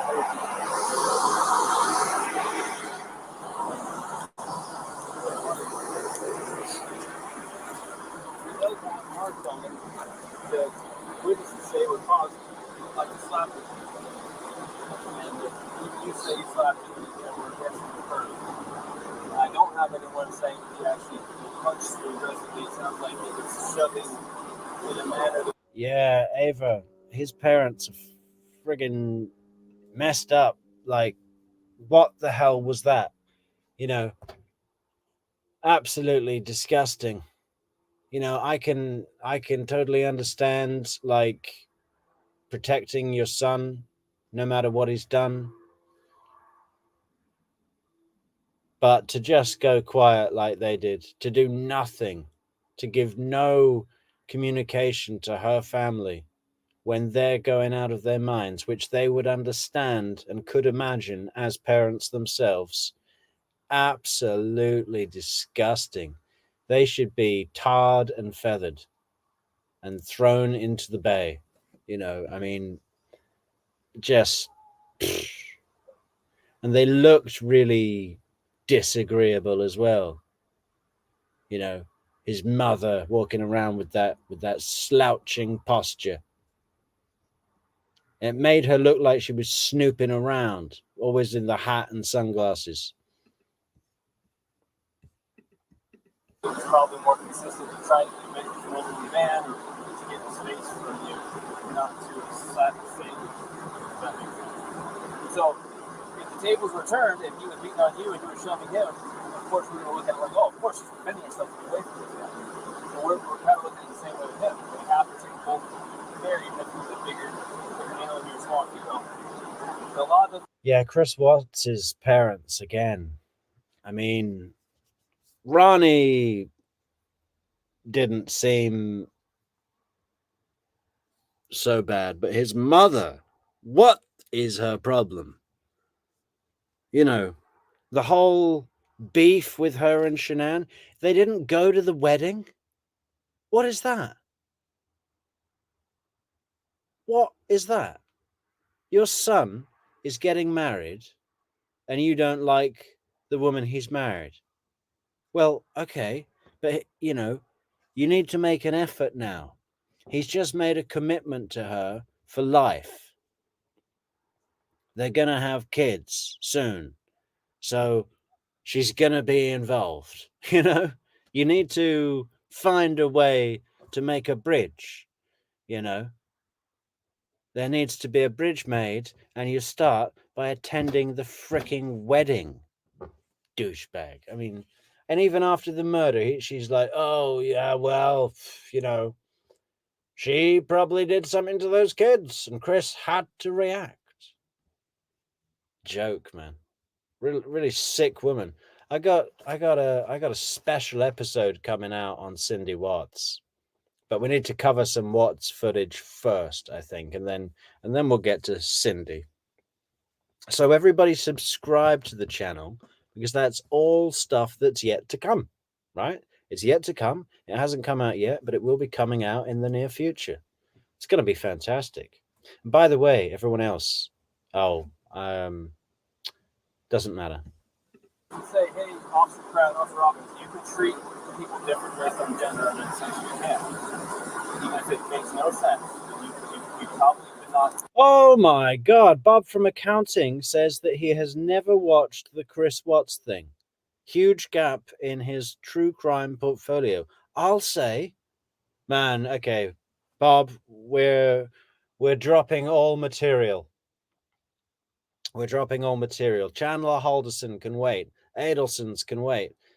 Friggin' Sarah Boone and Michael Draker, they're all on hold. We're going straight to Chris Watts next for you. So don't miss tomorrow's show. Or maybe we'll start Monday. Yeah, Monday is Chris Watts Day, okay? For Bob. Dedicated to Bob from accounting. Man, we're going to have a lot to get through. It's going to be a wild ride, guys. I didn't think anyone had missed that. What a show. This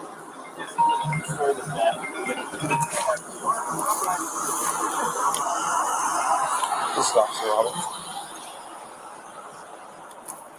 Hey, how's it going?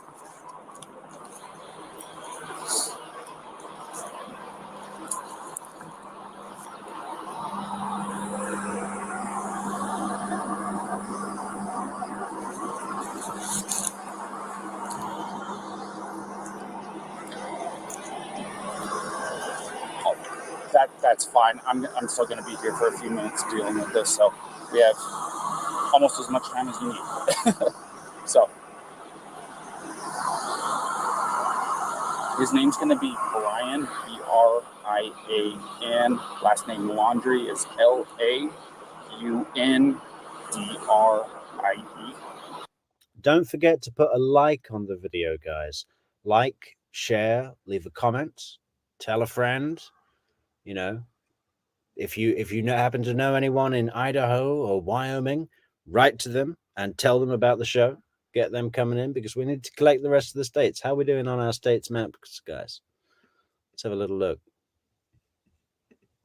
Look at that. Look at that, just bloody red, you know? Someone spilt wine all over America. Snoop Dogg wine.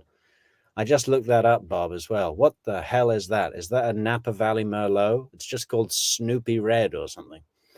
Yeah, we got California. We got wine country. Yeah, if there's anyone in the chat from a gray state currently, let us know in the comments and we'll mark off another state. We got Tennessee the other day, and Indiana, Jersey. Yeah, we pick up a few, still picking up a few, but I think we're getting down to the tough ones. Kentucky and Ohio, we should be able to do. The Virginias, I'm surprised they're not there already. Vermont, they're too busy skiing, you know. And then it's all going to be tough after that, I think. It's all the states where nothing happens.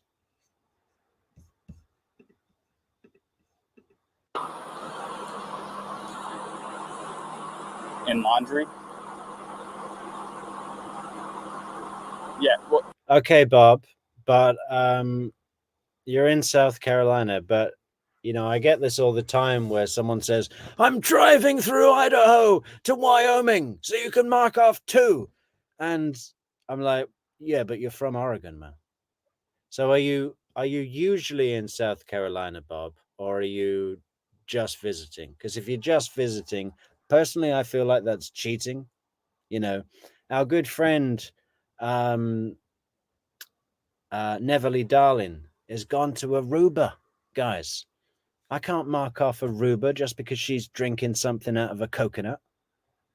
You know, it wouldn't be right. It wouldn't be right. it's not Y, it's IE at the end.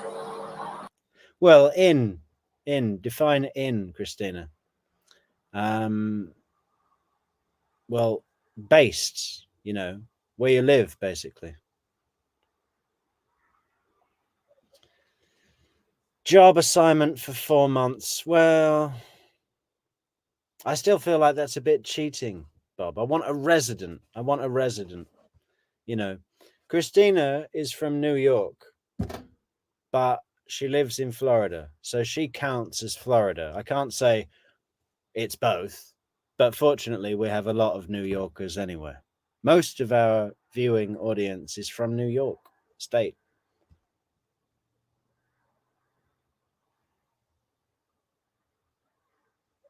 Yeah, the 4 months still feels like cheating. I'm sure we'll get them, you know, but we want to earn them properly. We want residents, full-time residents. Yes.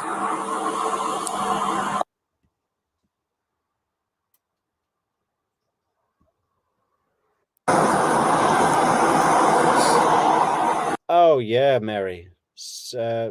Was it Mary? Oh yeah, Mary says it seems sociopaths are so convincing, even to the most seasoned. Absolutely, that's their whole bag, isn't it? You know, and it's a lifetime craft of honing their skills. You know, in every situation, this guy could be buying a watermelon from some greengrocer in a Utah organic food market, and he would be doing tricks on them. He would be doing tricks, little things that he thinks is just part of being a human being. But guys like me and you, me and everyone in the chat know, are dark art traits, right? And when you spot those dark art traits, next time you see someone buying a watermelon in an organic food store, watch them closely. Watch them closely, and if you see any tricks, you know, it means something is coming. You know, usually behind closed doors. When they close those van doors, it's mask off, and then it's your pathetic, useless, worthless blog is a waste of time, and you should be devoting your attention to telling everyone you're with me, because if you're with me, then that means I'm important enough to be with you. It's sick. So they were at Moonflower, the organic grocery store down the street from you guys, and they got into a heated argument. Both of them were saying it was over petty stuff.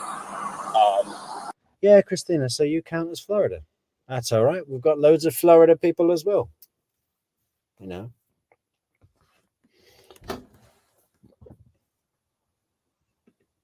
He told her to take a walk so that she could cool off. She refused, broke into the car after he locked her out of it.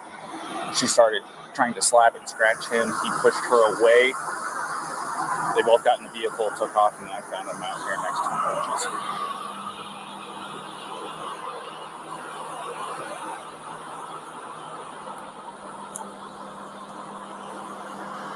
No.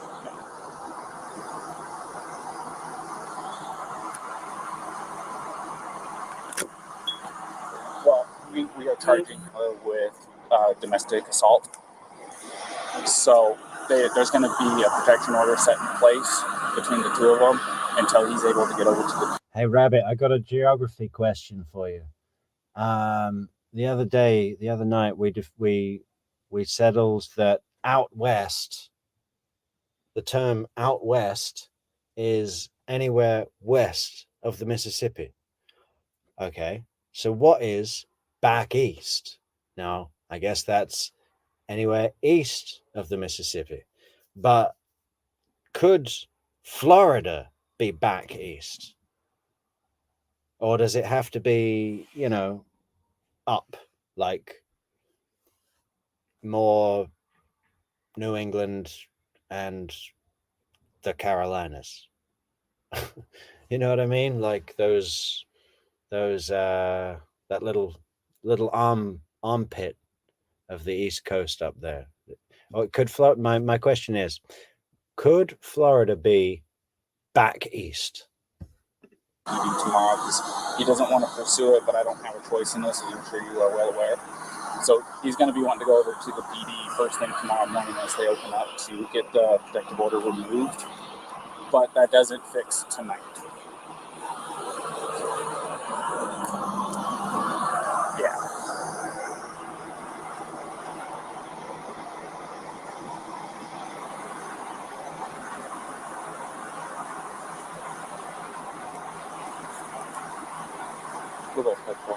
Sorry about that. Go ahead. Yes, they both have Florida licenses.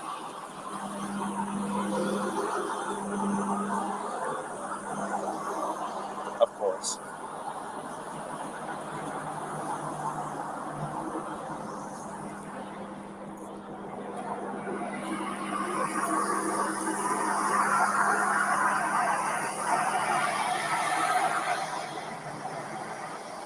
Right. Well, the other part of it is we don't think it's very likely, but with her as the suspect in this, would you be able to put her up for the night?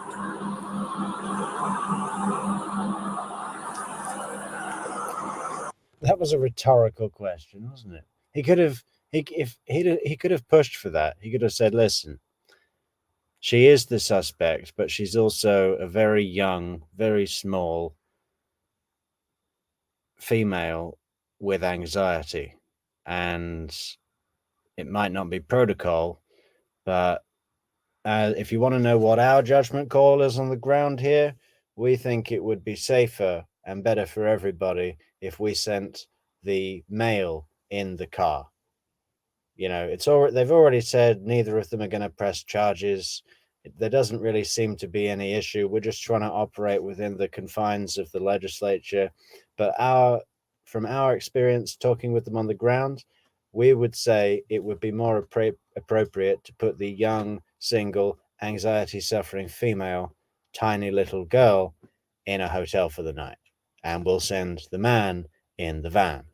No, he doesn't phrase it like that. He goes, well, it's probably going to be no, but as she's the suspect, could we put her in a hotel? Oh, I didn't think so. These cops just don't care, man. Fucking absolutely outrageous. Some people go, oh, they were just following the rules. They did nothing wrong. Bullshit, I say. They missed every screaming sign of what was really going on. Has the female cop got there yet? The park ranger? I think, maybe I'm wrong, but I think she starts to notice some red flags about the real nature of their relationship, because these idiot Utah cops, not saying all Utah cops are idiots, just these guys, just missing the point. And then they use phrases like that make themselves feel better. Well, we tried to put her in a hotel, but they said no. Well, that was because of the way you phrased the question. You know, these are some of the benefits of being a narcissistic, lying psychopath. You can phrase questions in a certain way. Oh, was that revealing? Shit. Okay.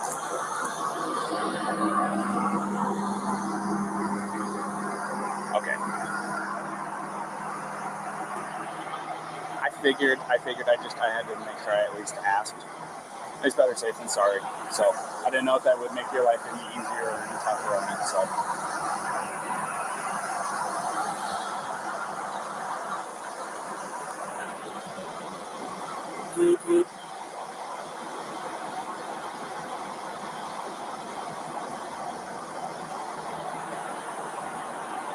Awesome. And if it's easier for you to just send me a text with a location, that works just as fine too.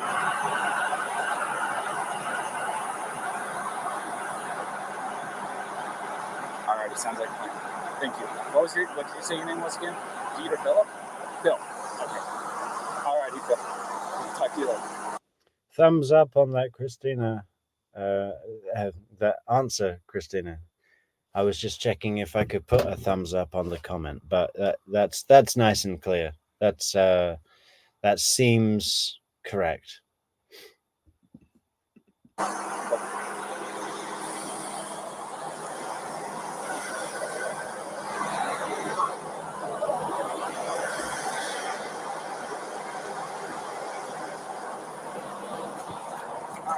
Hey, Brian. Can I take 2 minutes of your time real quick back here?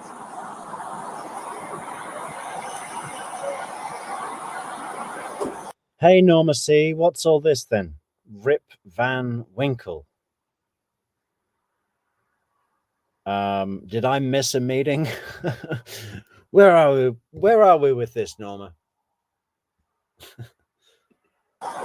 So, because there was an assault that took place and you're obviously showing signs of the strikes, do you mind if I take pictures of the injuries that you sustained? I know it's not super.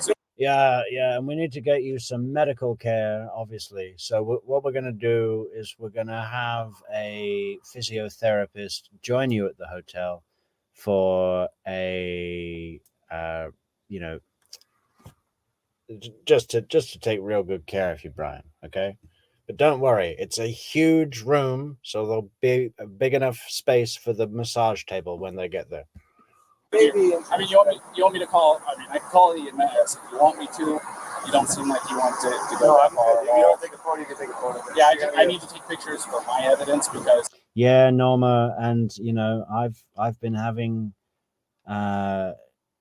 huge remorse about that. I feel like it's insulting all of you. You guys take the effort to respond to the notifications, join the live streams, come into the conversation, and I abandon you like the terrible host that I am. So we've decided that we're not going to be doing daily streams moving forward. We're going to finish this week, and then we're going to be doing 4 a week. It's going to be quality over quantity, right, Niti? Yeah. And we're going to be changing it up a bit as well, guys. We're going to actually start putting some effort in. I was watching Grish's stream tonight, and Grish is on there with 544 Camp Street, and they're talking about my show, and they're saying that they like it, and they're trying to guess where I'm from. And, it's a bit surreal. And I don't know. It kind of feels like I need to rise to the occasion or something, you know.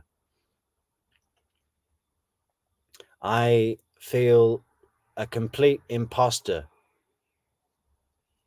at any concept that channels like Grish and 544 should even come close to taking me seriously with the current style of content that I've been putting out. We just watch a video and talk about it, guys. What is this? Is it a comedy show? Is it a fact-finding mission? Are we investigating human behavior? Are we taking notes on the system of justice? Are we looking for deception clues to use in our daily lives and sharpen our skills at spotting dangerous people among us? What are we doing here? I don't know. We're having a major identity crisis. But, you know, it's because I'm juggling my day job right now with all this. And there's just no time to think. I'm under major pressure. My client has gone to Seattle to visit her daughter, and she's back Monday night. And I've got to have a load of stuff finished by then.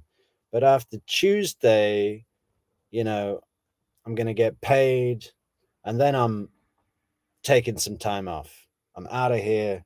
I'm going to go and find a desert somewhere, park up, live there, do true crime metrics, have a whiteboard and a new notepad with 3 different colored pens for note taking and highlighters. And yeah, we're gonna be buying a camera. We're gonna be buying a microphone, or maybe we'll buy something that's both of those things in one. I think that can be done with technology nowadays. Are you kidding? They must have one out. A microphone, a camera with a microphone in it. How good does that sound? Yeah. Anyway, that's what's going to be developing on True Crime Metrics, folks. So, you know, this crazy little show has to change. We have to rise. We have to rise up to some occasion to be considered and have honorable mention on Grish's show by 2 lead streamers on the Adelson case. Well, you know, it's you know, got to take it seriously, right? So no more sleeping, basically. Otherwise, it's going to be your say, let's say, my say, and the court's going, oh, so I have to do this part of it, alrighty? So it's just going to be a couple of pictures.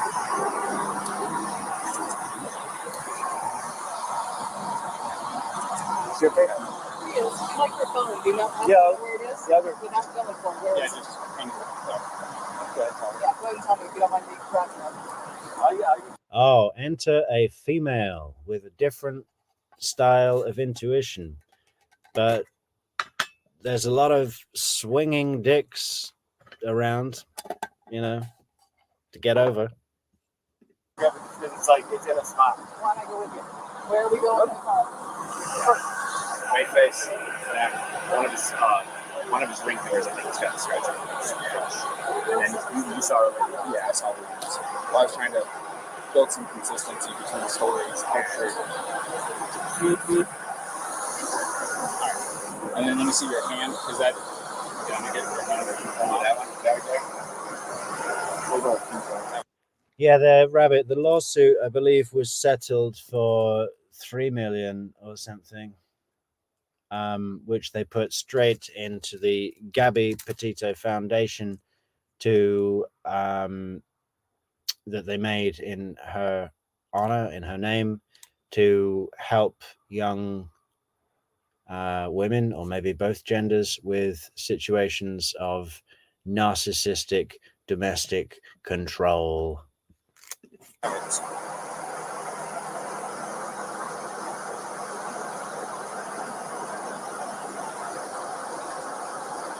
Could have been a pot, or could have been a. I know you said this is from a wire, but I'm going to take a picture of it just in case, and I'll document that. Get you saying that's from a wire, not from her. It's just I want to document everything, you know. And then your right arm.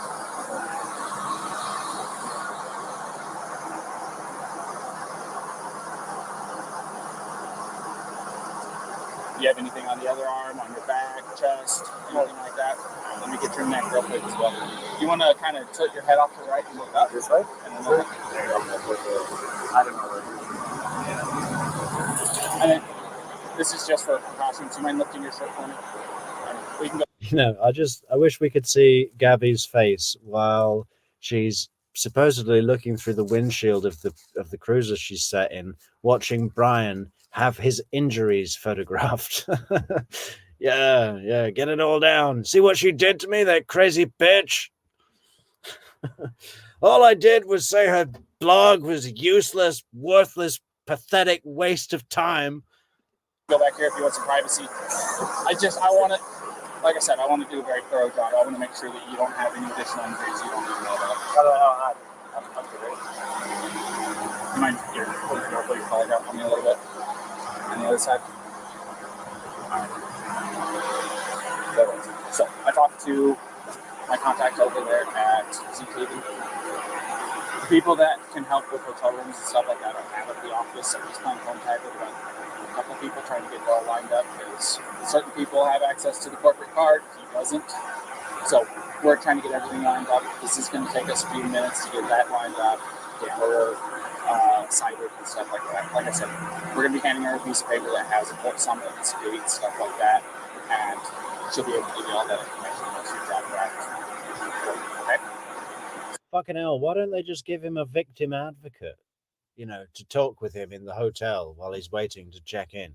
You know, he is a victim, guys, and he needs someone to advocate for his well-being. Please, take this seriously. So, yeah. You want to go ahead and finish getting your stuff? Yeah. Fine gentleman here. She's got herself on. She's calling her parents just to feel better. She doesn't want to not be with them tonight. That's no choice in the matter. Yeah. So that's what he's calling the supervisor. At least that's what he said.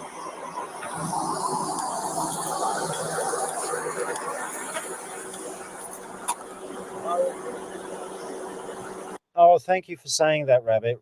Rabbit says, don't feel like that.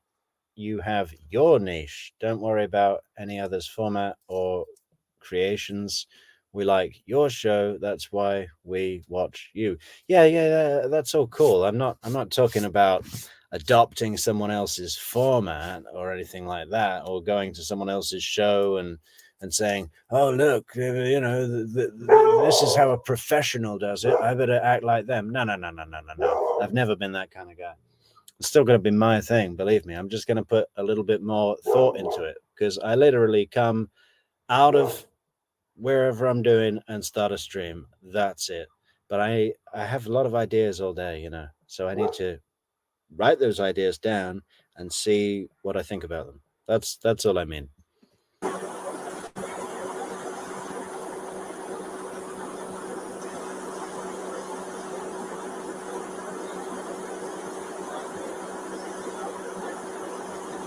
Thank you, Veggie Girl, and good to see you. Bring the falafels next time, please. How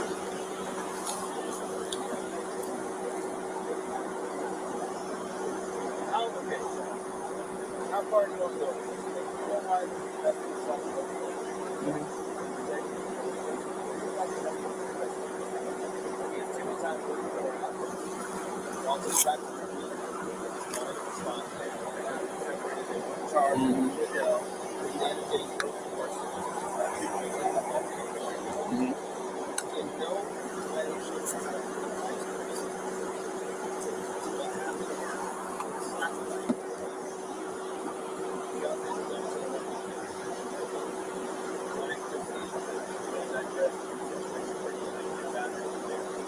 right.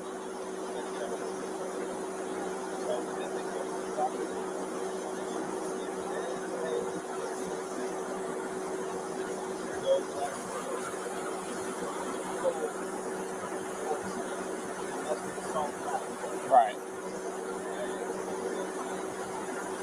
Hey, look, Niti. Norma C's on about swinging. I'm surprised you haven't jumped all over that. You've lost your kidney stone. Was that your secret weapon?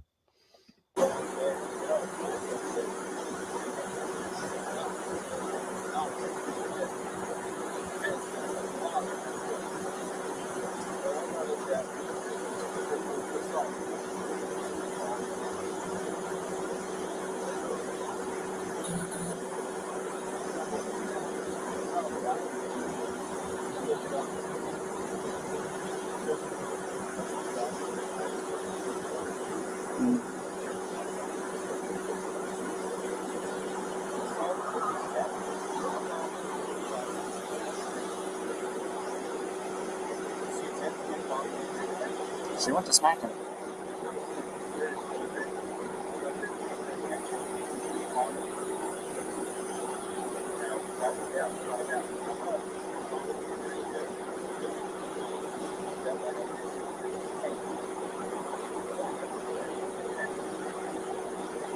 Ian, I have this recurring nightmare sometimes where there's a knock at my front door and I open it and it's Donna Adelson holding a freshly baked banana bread. And she comes in, lays it on the counter and says, "So, would you like a slice? Or it's good with milk. Can I buy you a glass of milk?" Well, he's got a swollen right eye, scratches. So we gotta go find it.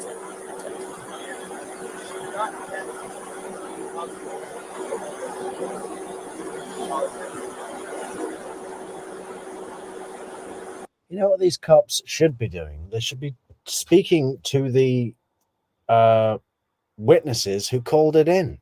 They said they saw the male grab her by the throat, right? How aggressive is that? Kind of ironic, seeing as that she was strangled to death. Yeah. Grab her by the throat and full on palm smack her.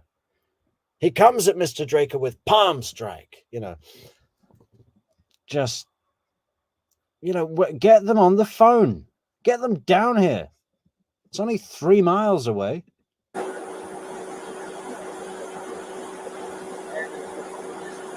Was it intent and attempt, or intent or attempt? If I attempt to get basketball, have an intent. Right.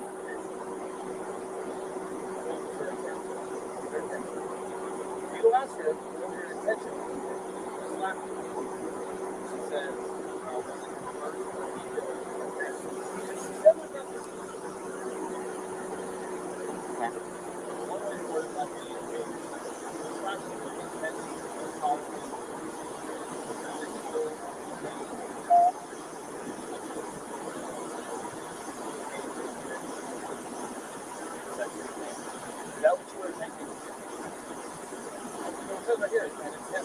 Right. you intended to cause him pain or damage. Whatever she answers to that question, but the only way you know her intent, what she's attempting to do is by asking her. Right. Well, thank you, California Amy. That's a really nice comment, and I really appreciate it, and I appreciate you.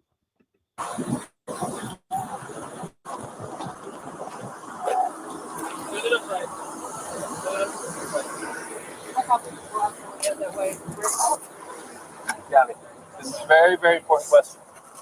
How you answer this question is going to determine what happens next. Look at the pressure that they're putting on this tiny little Daisy, this tiny little upset Daisy. All right, she's a grown adult, but everyone is an individual, okay? She looks like she really needs her dad, okay? Lay off the little tiny chick, please. How you answer this question is going to determine everything. So think about it really hard. Very, very important question. How you answer this question is going to determine what happens next. But the only person who can answer this question is you.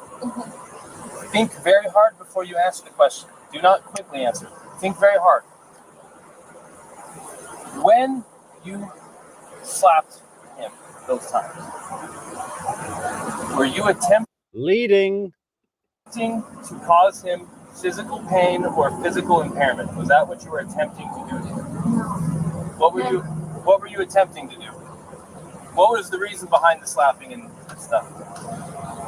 What was it you were attempting to accomplish by slapping? I was trying to get him to stop telling me something. That doesn't sound to me like. I was trying to get him to stop telling me something. What did she say? I was trying to get him to stop. I was trying to get him to stop telling me to what? Why slap you? I was trying to get him to stop telling me something. To calm down. Yeah. Have you ever had that when someone's telling you to calm down and you're doing your best to stay calm? And them telling you to calm down does nothing but escalate your rising irritation. And they keep doing it until you pop. You know, it's not a good thing.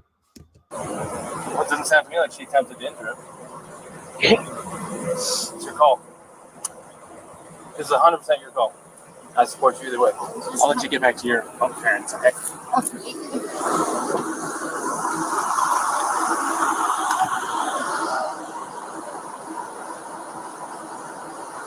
Say that she openly admitted to me earlier that she was striking him in the arm. Or he said that she was striking him in the arm. He said she was, and that's what caused him to hit the. Wow, Christina, this is a deep comment you've written here. Christina says, guys, what these guys, the cops, did emboldened him further and increased the chance she would be killed. Whoa. Because he is loving this attention. Well, not only that, he feels vindicated by figures of authority, right? He wouldn't expect to receive this sort of vindication from, people that they hang around with that mean nothing. But these guys are badge holders,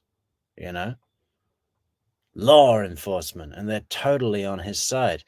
I bet the rest of the trip, after they paired back up, he was like, see, I told you should calm down. See what you get?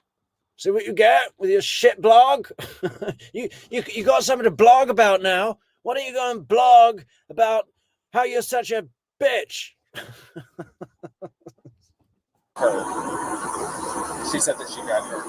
I might have used to do something probably. No, she said that too, but she started distracting him by hitting him. And then he probably looked at her, and that's why the mark got him. But when he said, she said it was her fault because she was distracting him by hitting him. But she said she didn't try to hurt him, it wasn't malicious. She thought that he wasn't listening. Okay, we gotta zoom in and isolate the sound on whatever she said when she did air quotes, because I'm not liking that as a visual. By hitting him, and then he probably looked at her, and that's why the mark got him. But when he said, she said it was her fault because she was distracted by hitting him. But she said she didn't try to hurt him, it wasn't malicious. She thought that he wasn't listening to her. So assault is an attempt with unlawful force or violence to do bodily injury to another. The code for bodily injury, the definition. Oh, listen to this guy reading, like he's not reading, he's reciting the legislature word for word. That's his main bag, isn't it? It's like, well, in the state of Utah, we don't have discretion on if there is an incident of domestic assault. Listen to him. Assault is the willful act of causing another bodily injury or harm, blah, blah, blah, blah, blah. So assault is an attempt with unlawful force or violence to do bodily injury to another. The code for bodily injury, the definition says, bodily injury is infliction of pain or physical impairment or illness.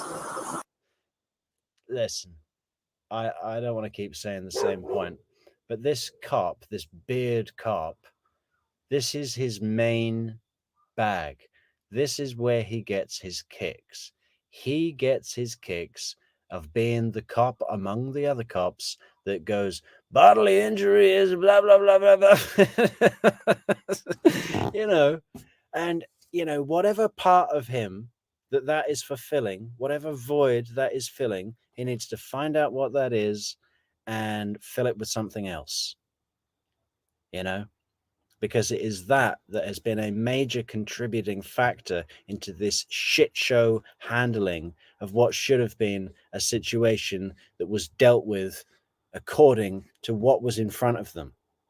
not what some freaking legislature says. Yeah, you've got to abide by the legislature, but you can interpret things along the way. Idiots. So you can go this now. I'm recording, and society and the judges and everyone can judge me for this. I am looking at a 110-pound female and her fiance who have no means to be separated. He doesn't want to pursue it. She's not a threat to him, more than slight abrasions from her fingernails.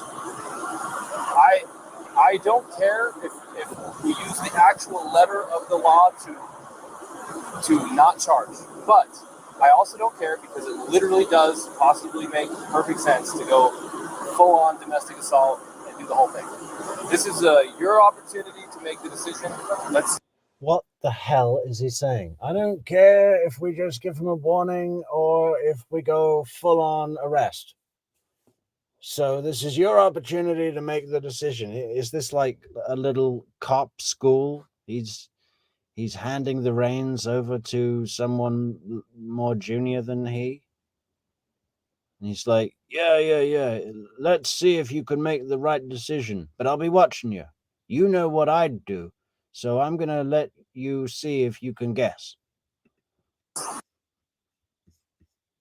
He's handing over responsibility.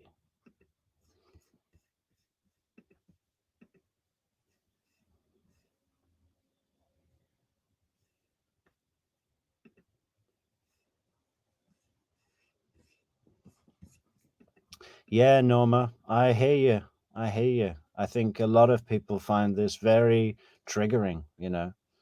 It's a common situation shown to the extreme, you know. A lot of people identified with this, their age, that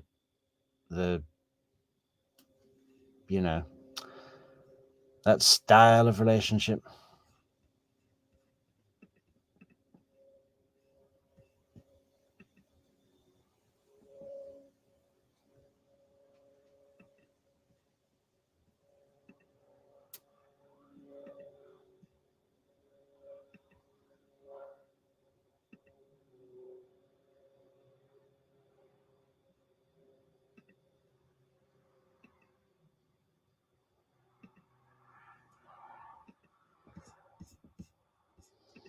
Where's the audio gone?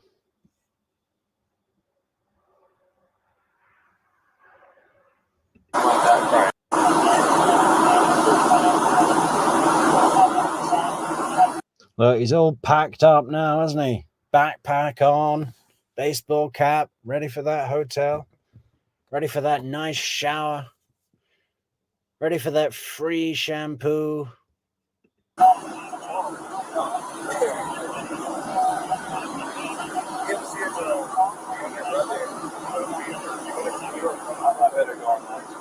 You got this? I'm making this decision. I'm going to side him. I'm going to go follow the process. Would you feel more comfortable handling that guy? Yeah. Go handle that guy. Go handle that guy. Okay. If you're more comfortable. Well, this is like some training exercise in the field. The more junior cops like, yeah, I'm making this decision, boss. Watch me, boss. Watch me make the right decision like you would, boss. I'm going to side him. Is that right, boss? It's 6 one way, half dozen the other. it's up to you. I mean, it's a headache whether I go left or it's a headache whether I go right. Another option is to not charge them but separate them for the night. If they find themselves together again, what is it to you? You separated them. You provided for his safety. If he doesn't have enough sense to stay away and you got him separated, it's on him. We can't babysit him all night. That's not what I do. What's on him? You think he's in danger? If he doesn't have enough sense to stay away from this dangerous wild bear,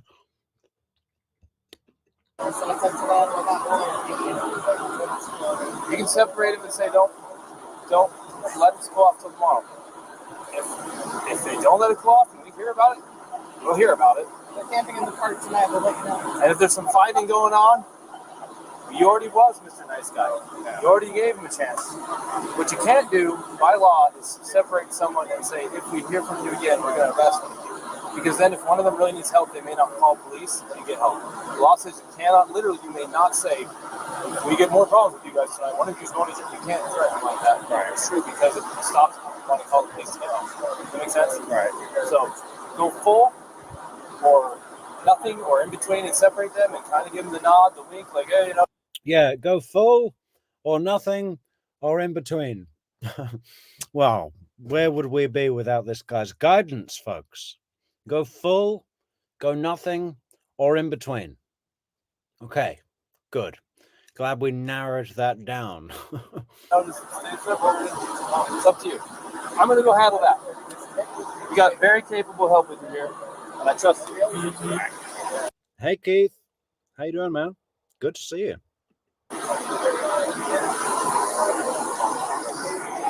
I will. Alrighty, man. So we're still going to be going through. I do need some things from you, though. Do you mind if I get a picture of your driver's license? Yeah, of course. I was thinking it was in parts like that. This is me. Uh-oh. I know this man has hair. You said that this is still your mailing address, right? Mm-hmm. Still the right way. Alright, and then... Brian, what is your phone number?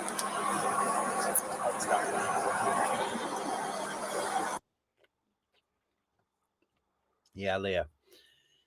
Gabby's dad is a big guy, and you could tell when Brian was on the run, essentially, that he wanted to find him himself. You know, when they were still looking for Gabby, he was like, okay, really holding back. You know, I'm not trying to call him a thug or anything. I can imagine how I'd feel. But, you know, I think that dad and the whole family and anybody watching this must want to slap these cops through the arches of the Utah desert. Must have been so frustrating. You know, I would have seriously wanted to have words with these police personally and say, do you get what you missed, you idiots? Thank you guys for helping us. Oh, yeah, no problem. Have a good day. My phone number? Yeah.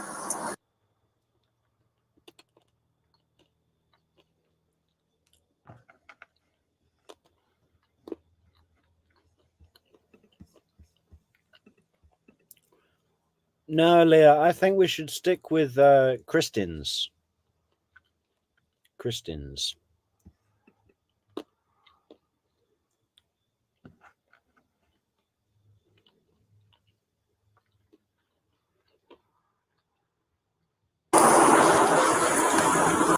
Is he going to take her phone? He doesn't have a phone. All right, there we go. Can I get your phone number?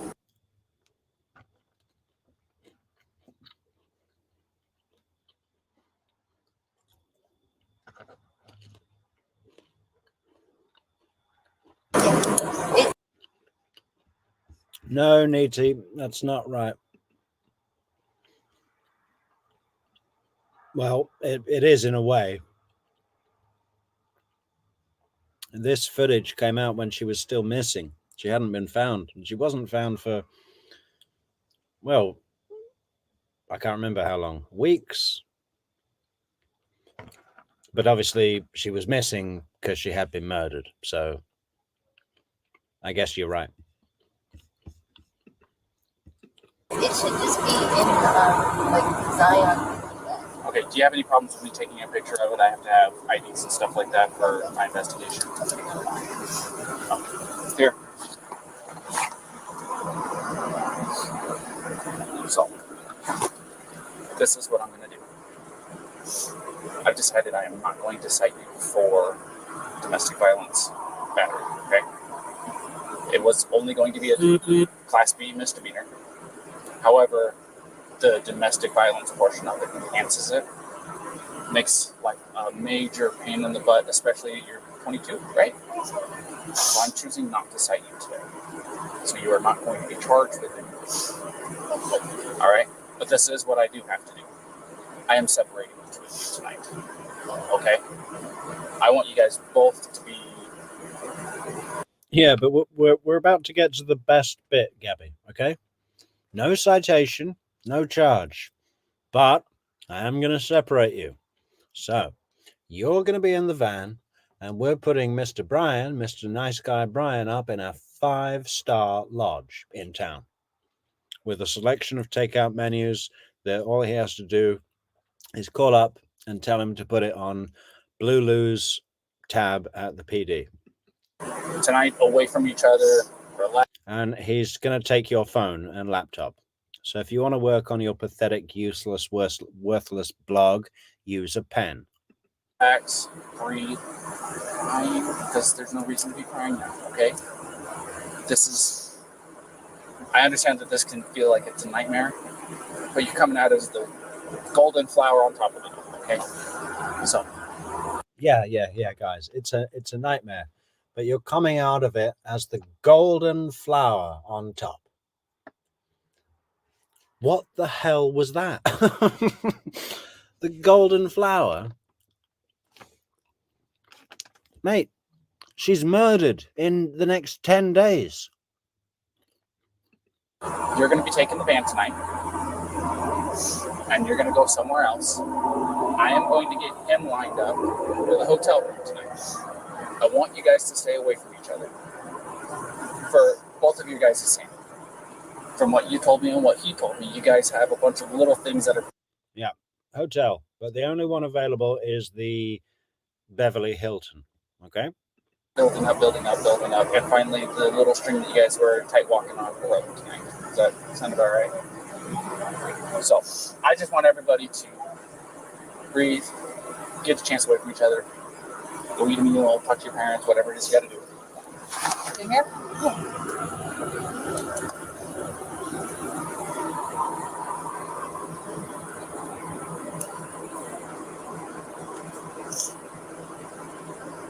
Just told me so.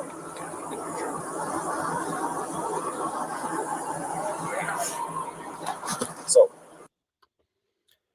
Oh, do you want to field this one, Rabbit, or shall I? SR says, what were the cops supposed to do? Well, they should have recognized the situation for what it was instead of this fantasy that Brian has managed to persuade them it was. You know, they had witness testimony. They had multiple calls from town to say that a male had grabbed a female by the throat, slapped her in the face, and driven off at speed. And now she's getting arrested because she hit him on the arm because he was being a complete dick, and that counts as an assault. It's ridiculous. And apart from that, a good cop would have recognized that this is a long-standing case of domestic emotional abuse. And okay, that doesn't become a crime until there's an event, but it should have fed into how they dealt with the situation that was in front of them, which was a report of domestic violence, you know, from him to her, not the other way around. And somehow it's all been twisted backwards. And the other thing that they've done, especially the cop with the beard, is he's got this real big thing about the legislature. He's reading it off, he's reeling it off, he's reciting it word for word, and you can just tell that he's getting something out of that. He wants to look like the cop who knows it all in front of his other cop colleagues, because that elevates his self-worth. And a cop should not be doing that. Yes, you should know the law, and yes, you should know how to work within it. But you shouldn't be using it to make yourself feel something. You know, it's a shit show all around. like I said, I thought when the woman cop came, I thought I remembered her having some extra insight that these other guys don't have, but it doesn't seem so far. That's what I'm going to be doing tonight. Hold on. This is Officer Robbins. Oh.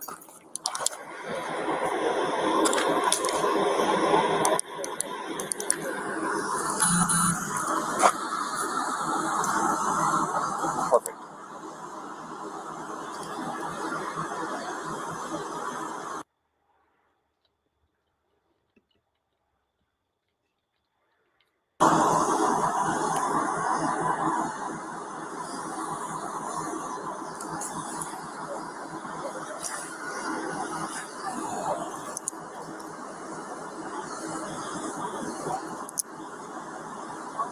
Awesome. Thank you, Phil. Is this your cell phone that I called?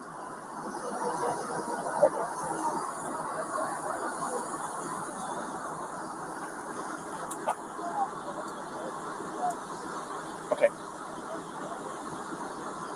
Okay.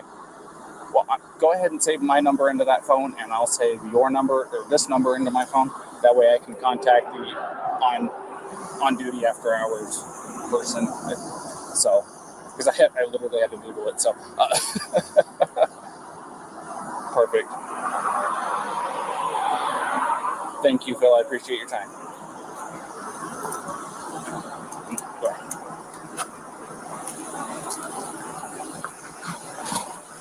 All right. So, I've got him a hotel room tonight. So here in just a minute, I have to keep you guys separated. For right now, don't contact each other or don't wave at him. Okay? Do you want me to say anything to him? Because I can do that for you. You want me to let him know that you love him and that you'll see him tomorrow and stuff like that? I can do that Make for you. sure that the freaking phone charger. Do you want me to let him know that you love him? Man, you see, another thing, he should not be doing that. That's leading the witness. That's putting words in her mouth. I mean, it makes it awkward for her to say, no, don't do that. He should have allowed her the space to just decline the offer. Where's SR gone? What you got to say about that, SR? This is totally just the worst shit. You want me to tell him that you love him and that you'll see him tomorrow and that you're sorry for being a bitch and that you'll quit your pathetic, useless, worthless blog and spend more attention to him? Do you want me to tell him that? Oh, he's bad about that too? Yeah. Okay, I'll make sure that he has a phone charger with him, okay? And if I have anything else, please keep your cell phone on so I can call you if I have any questions, all right? Okay. All right, so just kind of sit tight for me real fast and then we'll talk to Brian.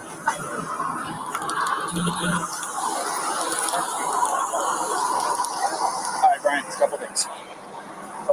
Couple things. One, I got your hotel room tonight. Thank you. It's All right. getting outside. So, I like the outside. Number two, and this is probably the biggest one. She claims that she did not have intent to hurt you when she was slapping at you. So technically speaking, it does not fit the letter of the code. So I am not going to be charging her with DV. That's violence. Exactly. So this is... Imagine if he said, no, I want to charge. She's a maniac. You know, she gets stressed out all the time because of her stupid, pathetic, worthless, pointless blog. I told her to quit it, and then suddenly I'm the bad guy. what I am going to do, however. I'm not going to release you guys together. I want you guys to stay away from each other tonight, okay? Remember, guys, to like, share, leave a comment.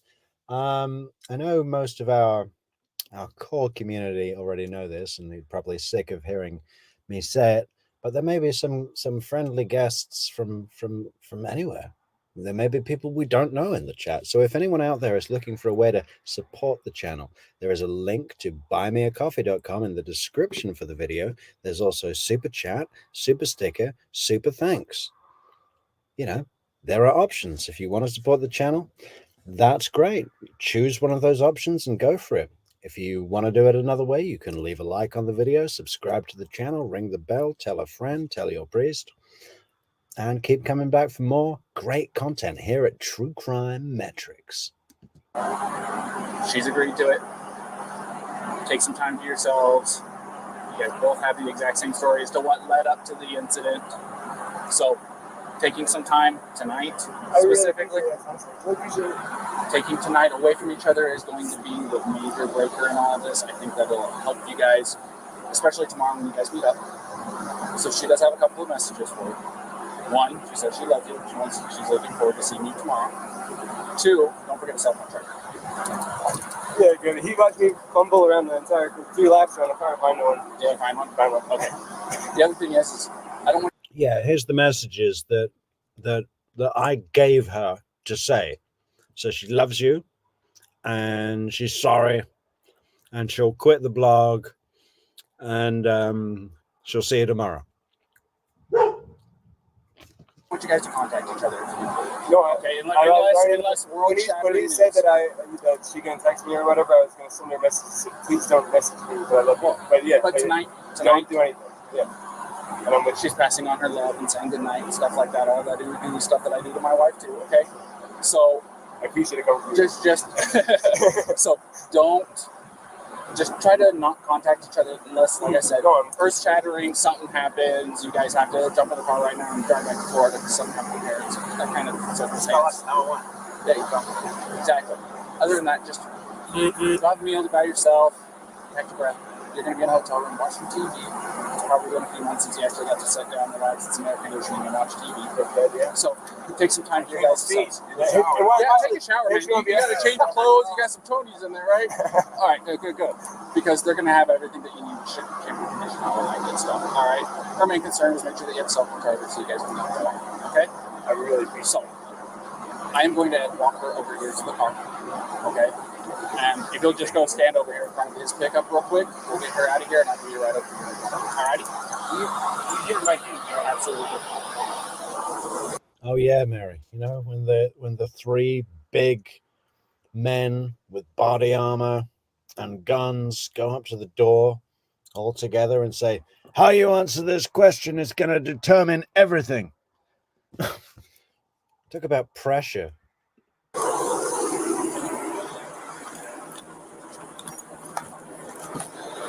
Alrighty, Gabrielle, you want to step out for me? As you can see, I have keys in my hand, which is good, okay? So, something that I do, that I emphasize to him, and I don't know if I emphasize to you or not, don't text each other tonight. He wants to pass on the same message. Uh-oh, she's got plastic bottles, guys. That Brian's not going to like that, is he? Bad for the environment, guys. Do you know how long it takes for those to decompose or what do you call it? Biodegrade? 10,000 years. You passed to him. Was it worth it, Gabby? He's really looking forward to talking to you again, but I told him and you, unless there's earth-shattering emergency news, don't text tonight, okay? Even with the good nights, I love you. He's saying good night now. He's saying he loves you now, and you guys can talk tomorrow morning, okay? He's going to go to the hotel. I'm going to give you the keys to the van. And what will happen. Yeah, Christina, I haven't got to your sick throwing up face. Is that what it is? Or is it a tennis ball? I can't see it. It's so damn small. I think it's a sick face. Yeah, that's what it is, isn't it? You know, he's told me he loves you and that he'll be at the hotel. Yeah. Hopefully he'll wash his feet. Alrighty. So here's that. I'm giving him a ride over to the hotel. Okay? So everything's going to be okay. Will it be a far drive for me to get him in the morning? I'm just curious. I'm not going to tell you where he's going to be at tonight. Like I said, I want you guys to be separated. But I can tell you this. I just don't usually drive the van, so I just want to make sure it's not like far. No. It's. She's not even confident to drive the van, guys. This, you know. This poor young girl. You know, they're sending her off alone, upset, having an anxiety attack when she doesn't even usually drive the van. She doesn't know where she is. She's in a strange place. Okay, she could probably go and find a campground or something where there's people and she has some sense of security. And I'm not saying it's like a super dangerous place, but for this young female who's used to having the support of company, it's a big change, especially when she's in the kind of frame of mind that she's in, right? And, you know, on the one hand, what doesn't kill you makes you stronger. But on the other hand, she did die 10 days later. It's basically from here to Moonflower. Okay? It's not far at all. So, let's get you in the van. Let's get you on your way, alrighty? You want that Gatorade, by the way? Okay. You got enough water?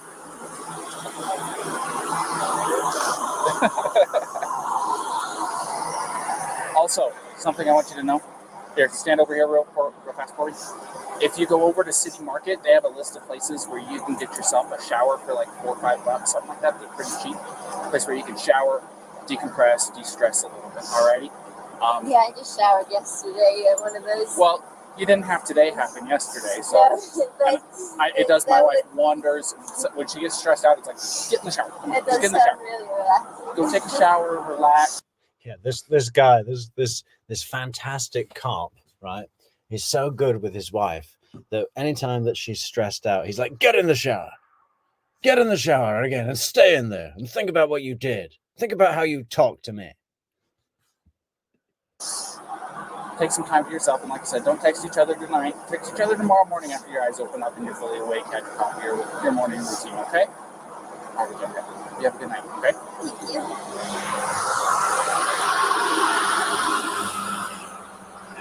All right.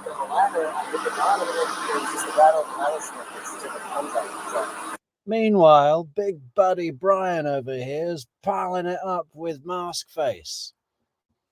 What are they doing? Ridiculing women? Ready for it?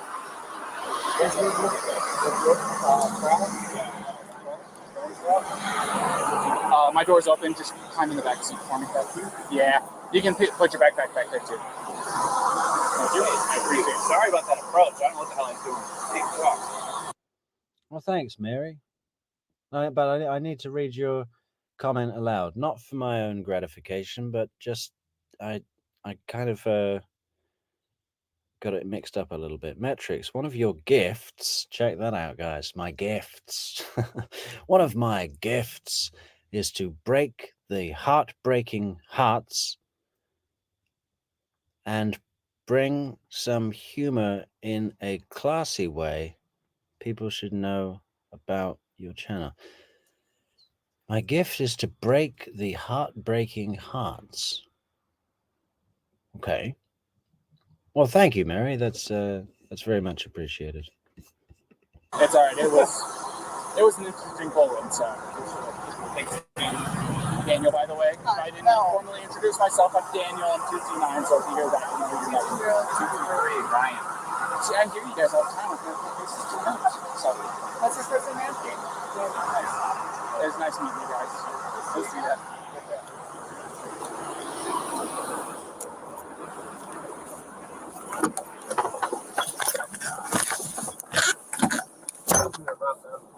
What's that? You like it? I was wondering if you get to play your own personal music in the Heck yeah, dude. I got my own phone hooked up to this thing. Oh, yeah, look, they're having a nice little tech talk. The cop is calling him dude now. You know, super laid back. Yeah, just tell me any tune, man. I've got Spotify, like, linked up to the console here in my cruiser. Yeah. Hey, man, it's not too hard to go a few hours without having anything interesting happen or anything to get the old blood pumping real good, you know what I mean? So... That's the other factor that came into this, guys. What he just said. Hey, you know, we just drive around the friggin' state park all day, and it's not hard to go a few hours without having anything interesting happen. So when this incident came up, me and a bunch of my colleagues just leapt onto it and wouldn't leave until we'd made everything worse. You know, because we were bored. Pricks. I stuck my hand just because I didn't want to scare you when you pulled over. Oh, no, you're... Hitting the thing. That wasn't a traditional stop, to say the least. So don't feel bad. I just always SO2T9. Hey, Leah's our like announcer tonight. She says, we're moving up on the likes, guys. How good is that? We could move up a little bit further. If you haven't liked the video today, go and leave a like right now. It's a free, easy way to support the channel. Makes us look great to the Mr. Algorithm over there, who loves us anyway, but could always love us a little more.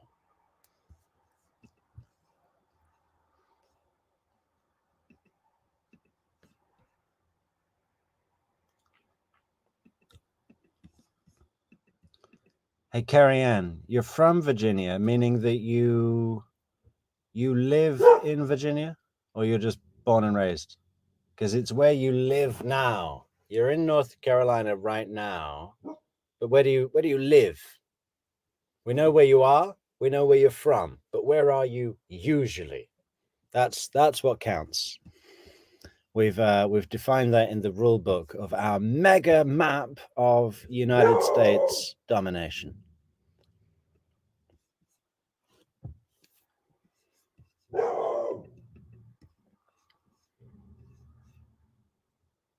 Great, we've got Virginia, guys. Fantastic news. 29, running count, 29 out of 50.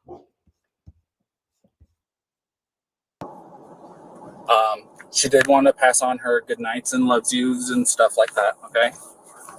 And she understands that I didn't tell her where you're staying because, like I said, I'm trying to keep you guys away from each other for tonight. Where did you say I was going? Say that again? Where did you say I was going? I just told her that you were going to a hotel. Okay? So, like I said, it's my request, not legally obligated to hold to it, but I want you guys to take some time away from each other because it will make world of difference. Oh, you're not in any trouble? You got handcuffs on? I didn't tell you that I'm taking you to the jail. No, I told you I'm taking you to the hotel. So, like I said, my main concern, I told her to go take a shower like I told you to, because she seems a lot like my wife. And things that... Yeah, he's a freaking comedian, this cop now, right? Hey, you're not in trouble. What, you got handcuffs on? Yeah, I'm not taking you to jail. I'm taking you to a 5-star hotel that's on a golf course. Really works for my wife is when she gets stressed out to go take a long hot shower. So I gave her a... Yeah, she reminds me of my wife, my own crazy wife. Oh, God, you should see her around the holidays. Place to go where she can get a hotel room, or not a hotel room, but get a shower tonight for like $4 or $5, really cheap. So yeah, we're taking you to a hotel, and we sent her to a disgusting public truck driver stop shower where she has to pay herself. Okay, so just to recap, Brian in the nice hotel, Gabby in the trucker's shower for $4 that she has to pay. Brilliant. No problem. They do work on her too. Well, I've got quite a few. Like I said, my wife has really, really bad anxiety, and she takes medication for it daily. And sometimes it's just not enough. Sometimes it builds up and it happens.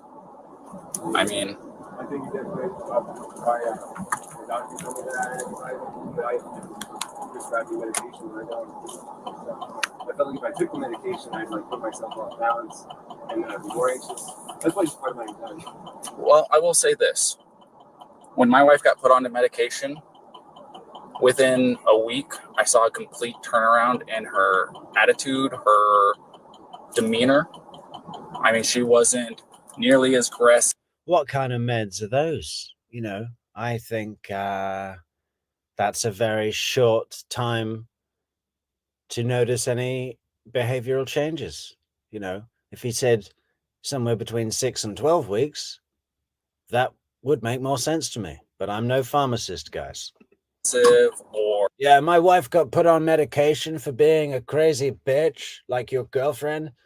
And, within a week, she was completely different. Well, I don't think pharmacology works like that. I might be wrong. Or angry or anything like that. It was a considerable difference in her day-to-day life. It made her quality of life better even. You know what I mean? No, I know what you're saying. And it's made my quality of life a lot better too, because I don't have her being as stressed. I know that Hi, Janine, Michelle. Janine, Michelle, which is it? Michelle, Janine. Good to see you. Good to see you. 5.5 years of marriage, I know it's not very long, but at the same time, you learn a lot in the first 5 years. How long you guys been together? I would say, well, we've known each other since the start of high school. But in our relationship, it's been 3 years. Wow. Definitely Christina, you are now the enforcer of True Crime Metrix. Self-appointed, but you've earned it. I like it. I like it. You must have a current permanent mailing address in said state for at least 6 months to qualify as in the state.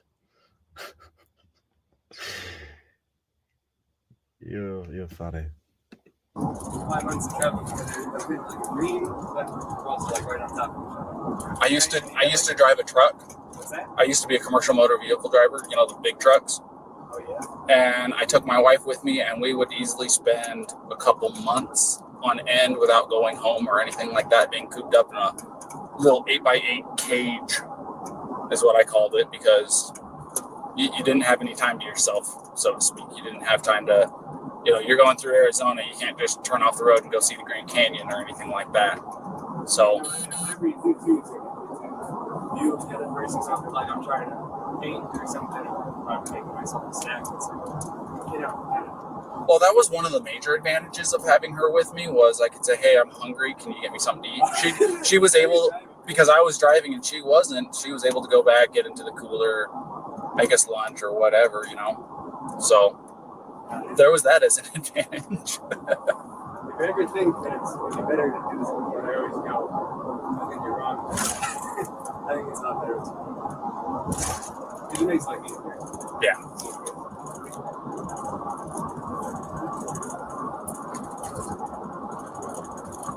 Have you been in this area a long time? Or how long are you? I've lived here, I'm just shy of 2 years.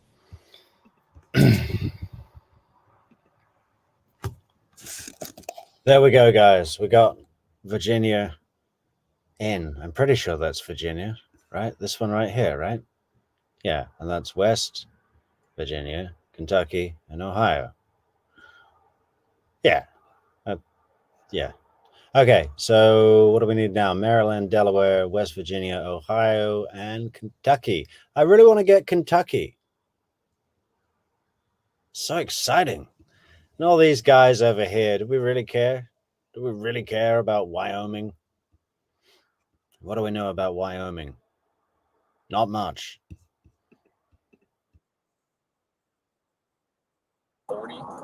So I've been through here a couple of times. But, growing up in California, have you ever been there? Yeah. 2 years ago, we did a cross-country trip. And I love driving the one. I absolutely love it. But we're really looking forward to getting back there. It's beautiful here, but there's a different looking on the forest. Come from like New York and being on the Appalachian Trail. I take it you're divorced, Christina, are you? yeah. Trees and waterfalls and rivers, and you come here and it's gone. Well, if you hit Where's the water? if you take the 80 across to get into California, takes you up over Donner Pass and into Sacramento. It's not any different at all. But you said you're going to be going up to Oregon to see her grandmother or her grandmother's friend. So you'll probably be coming down the 5. You won't be able to tell the difference between California and Oregon up there, except for the fact that there's going to be a sign that says "Welcome to California." But at the same time, since you're going to be coming from the east side of Oregon, you're going to be driving. You know, he's talking about Wairika, right on the border there, huh? Jody Arias town. Ooh, population 51. Through Oregon and going, there's no difference between Utah. It's actually desert in the southeast corner of Oregon. It's a lot of high desert atmosphere like what this is. It's not the Red Rock or anything like that, but it's just, there's nothing out there for 120 miles, it seems like. What was your favorite part of growing up? I mean, park life. Thanks for letting us know, Janine, and a fine middle name it is. Parks? Look, if you don't hit Sequoia National Park while you're in California, you are doing yourself a disservice. If you don't go and see Yosemite while you're in California, you're doing yourself a disservice. I regret not being there. I only stayed there for 3 nights. It's like coming to Utah. You come here with the intention of 1 or 2 days, and then it turns into a week, and you're like, well, what happened to the time? Yeah, trust me, I get it. That's why building the van was so great, just because the Nissan Century, if you tried to camp out somewhere, you could go like a sleepover Walmart type situations. Yeah. Now it's all land, and it's wherever you want. Watching shooting stars as they go to bed. It's nice.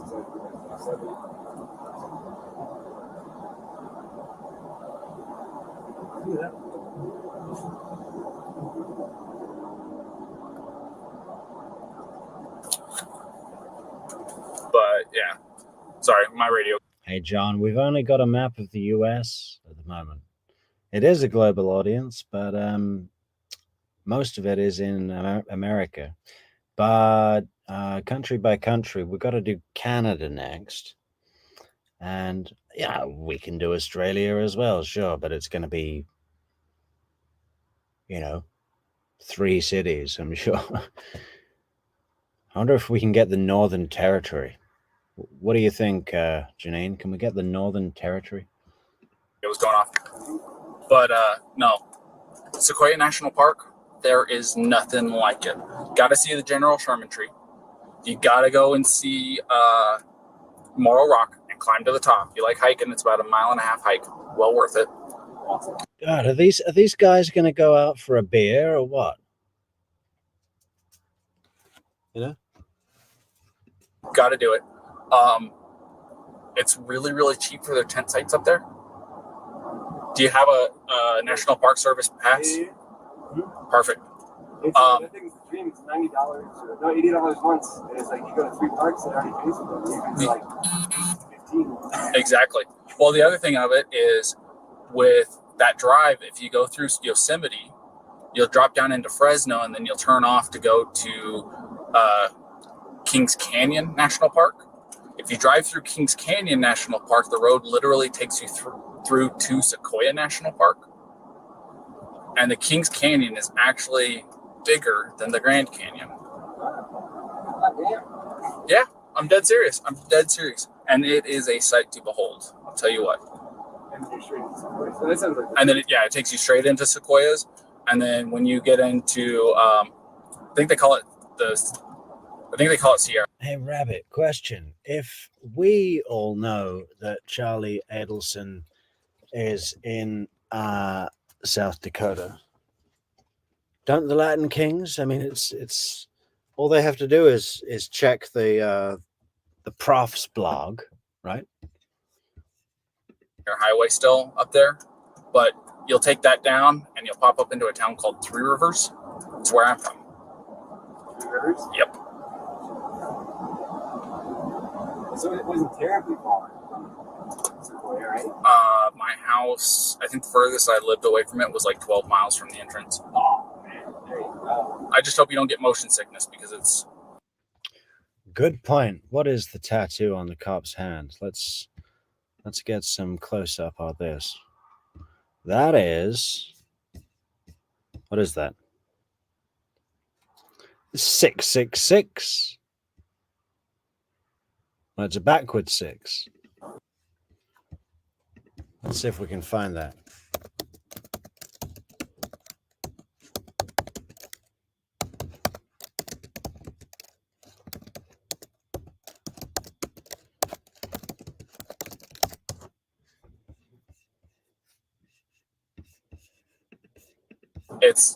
I think I counted it out to like 32 hairpin turns, and it's about 25 miles an hour the whole way up and down.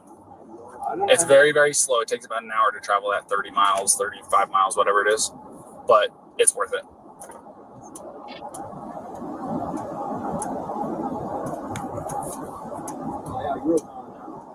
I grew up in Queens, Forest Stones, and then I moved out to Long Island. Kind of stand out here for all this, but being in New York, you kind of not that way. Get to like the mountains and Well, apparently 3 dots in a triangle is a gang symbol for Mi Vida Loca, my crazy life. So it's affiliated with some Mexican gangs, but a lot of people get it more for the meaning than a gang thing. And it's a common prison tat. Well, that's good to have on a cop, but he's got these little tails on the dots. Look. Yeah. Does anybody know in the chat, is that just Mi Vida Loca, or is it something else? Or is he just going into a tattoo shop and getting something because it's on the wall without giving any thought to what it means? You know, it's a Mexican gang prison tattoo. So obviously all cops should have one. get to like the mountains and Yeah. All right, we're here. And that would, you said that I didn't have to file anything? We got.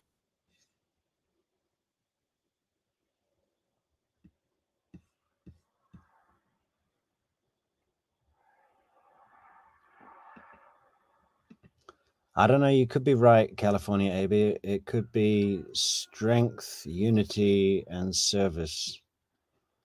But I don't think so. That symbol is a triangle within a circle.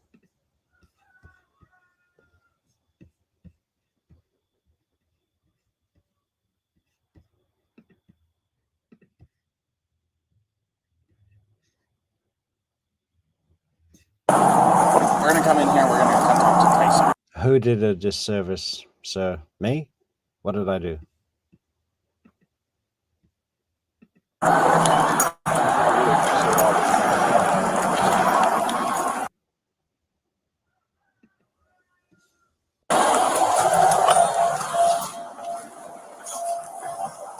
Tyson? Yep. Officer Robbins Bill called for me. He did, yes. This is Brian Laundrie. All right. So he's gonna get you all set up with your hotel room, This is Brian Laundrie. He needs to do some laundry. and he's gonna take care of it from here. All right. Well, All right. thank you so And like I much. said, just remember my requests. I think it'll make a big difference in you guys' next couple of weeks at the very least. I really appreciate it. Thank you so much for everything. No problem. It's nice to meet you, Brian. Nice to meet you. Have a good one. All So sorry.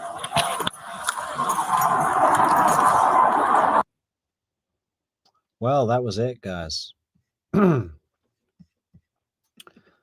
was it. That was the Brian Laundrie, Gabby Petito body cam footage. From start to B. From start to B. From start to Z. Whatever. Yeah. I don't know if there's any. There was no trial, obviously, because apparently he shot himself in the head. But I mean, that whole thing just seemed too bizarre. Do you remember the show of force in The Search? Like these huge machines. He disappeared into the swamps of Florida just as the Everglades were like overrunning with water on that part of the season. And all of these cops were in these huge, like 12-wheel big boat cars. And it just looked like they wanted to go and play with all their new gear.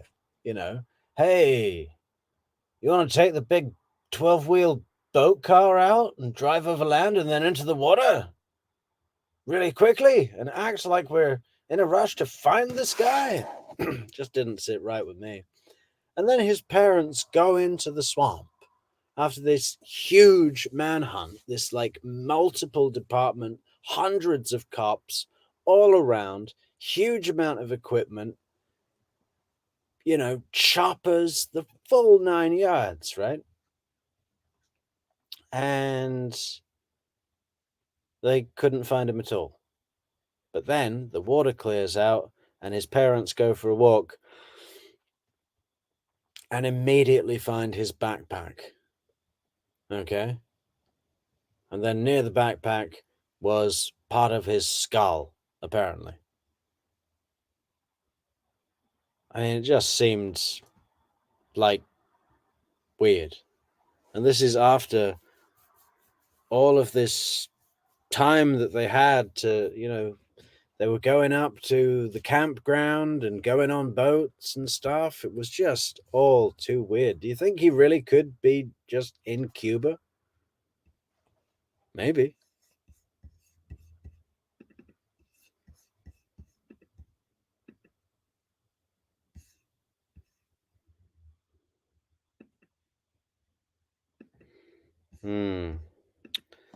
Yeah, it's probably pretty late to start something else. Let's just go through a few of these comments.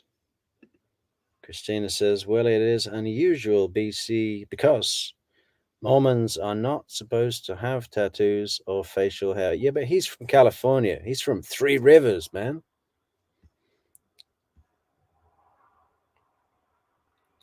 But you know, there are a lot of people in Utah who aren't as Mormon as they could be. Yeah. The cop did a disservice. Yeah, he did, man. This dickwad, Christina says, this dickwad getting out with a big grin on his face. Oh, wow, hotel room. Oh, yeah, yeah.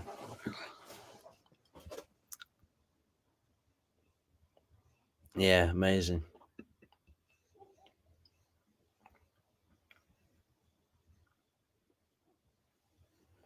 Unacceptable. Your spelling is unacceptable. That's okay.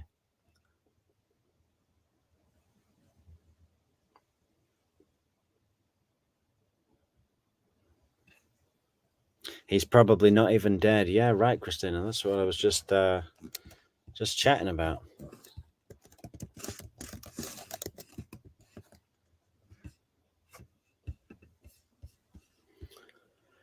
Okay, guys. Remember to like, share, leave a comment. If you want a way to support the channel, there's a link to buymeacoffee.com in the description. And there's also super chat, super like, super stickers, super thanks. And thank you all for another great show here at True Crime Metrix, where things are changing. The winds are changing. We're all going to be changing. Crime will be changing. The cases will be changing, especially when Donna's trial comes around, huh? And then straight on to Sarah Boone. I mean, that is going to be a crazy run into the autumn. Believe it. Oh, yeah. Go about your business. Go about your business.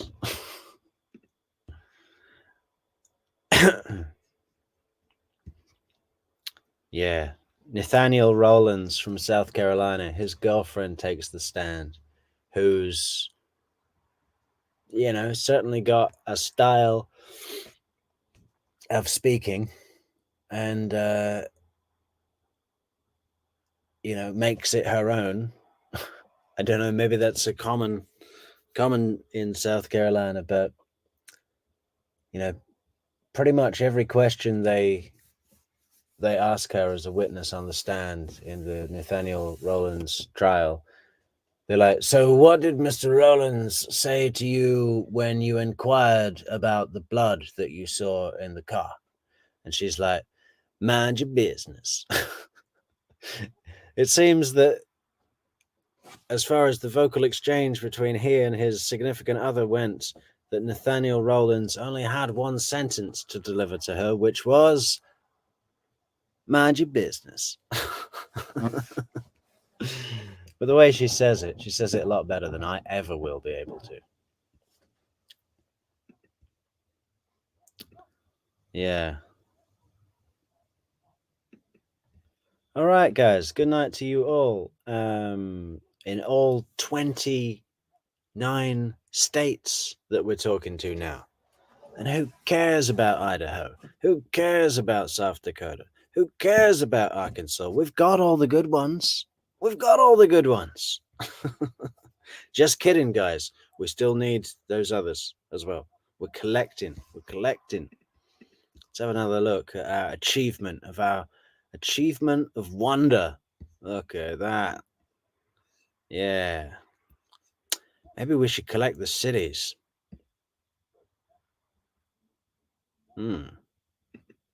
Anyway, gonna sign off now, guys. Thank you, Rabbit. Thank you, Bob. Thank you, Janine. Thank you, Leah. Thank you, Christina. Thank you, California Amy. Special thanks. And Carrie Ann T. Special thanks. All right. And that's as far as I am willing to scroll. Yeah. If you haven't commented in the last 20 minutes. Oh, John Duncan. Thank you, John Duncan. And Keith. Right. Catch you later. Catch you tomorrow, guys. What are we doing tomorrow? We are... If anyone's got any suggestions, I mean, should we go back to Catherine Magbanua? Should we go back to Michael Draker? Still holding off on Michael Dunn. Maybe next week when I've got a bit of time. I've got some ideas for that. Yeah, we'll come up with something for tomorrow. But then starting next week, we're going to be on a 4-day only schedule. And those days are going to be Sunday, Monday, Wednesday, Thursday, I think. So Tuesdays, Fridays, and Saturdays, no show, just prep. Oh, yeah, maybe Colonel Russell tomorrow. Oh, I don't know. I think that deserves a little bit of thought as well. That's the best one that there is as far as interrogations go, of tactics and just skill from Detective Sergeant Jim Smith. The best there is. I challenge anyone to name a detective who's done a better job than that. Yeah, that's not the sort of thing that I'm going to do tomorrow off the cuff, you know. We're just going to do, maybe start a bit of Chris Watts, have a walk through Chris Watts. And you won't have to dress up for it, Bob. You can if you want. Right, gotta go. See you later, guys. Thank you. Much love. Be kind to each other. Don't be an Adelson. And peace, love, harmony forever. In peace. Goodbye.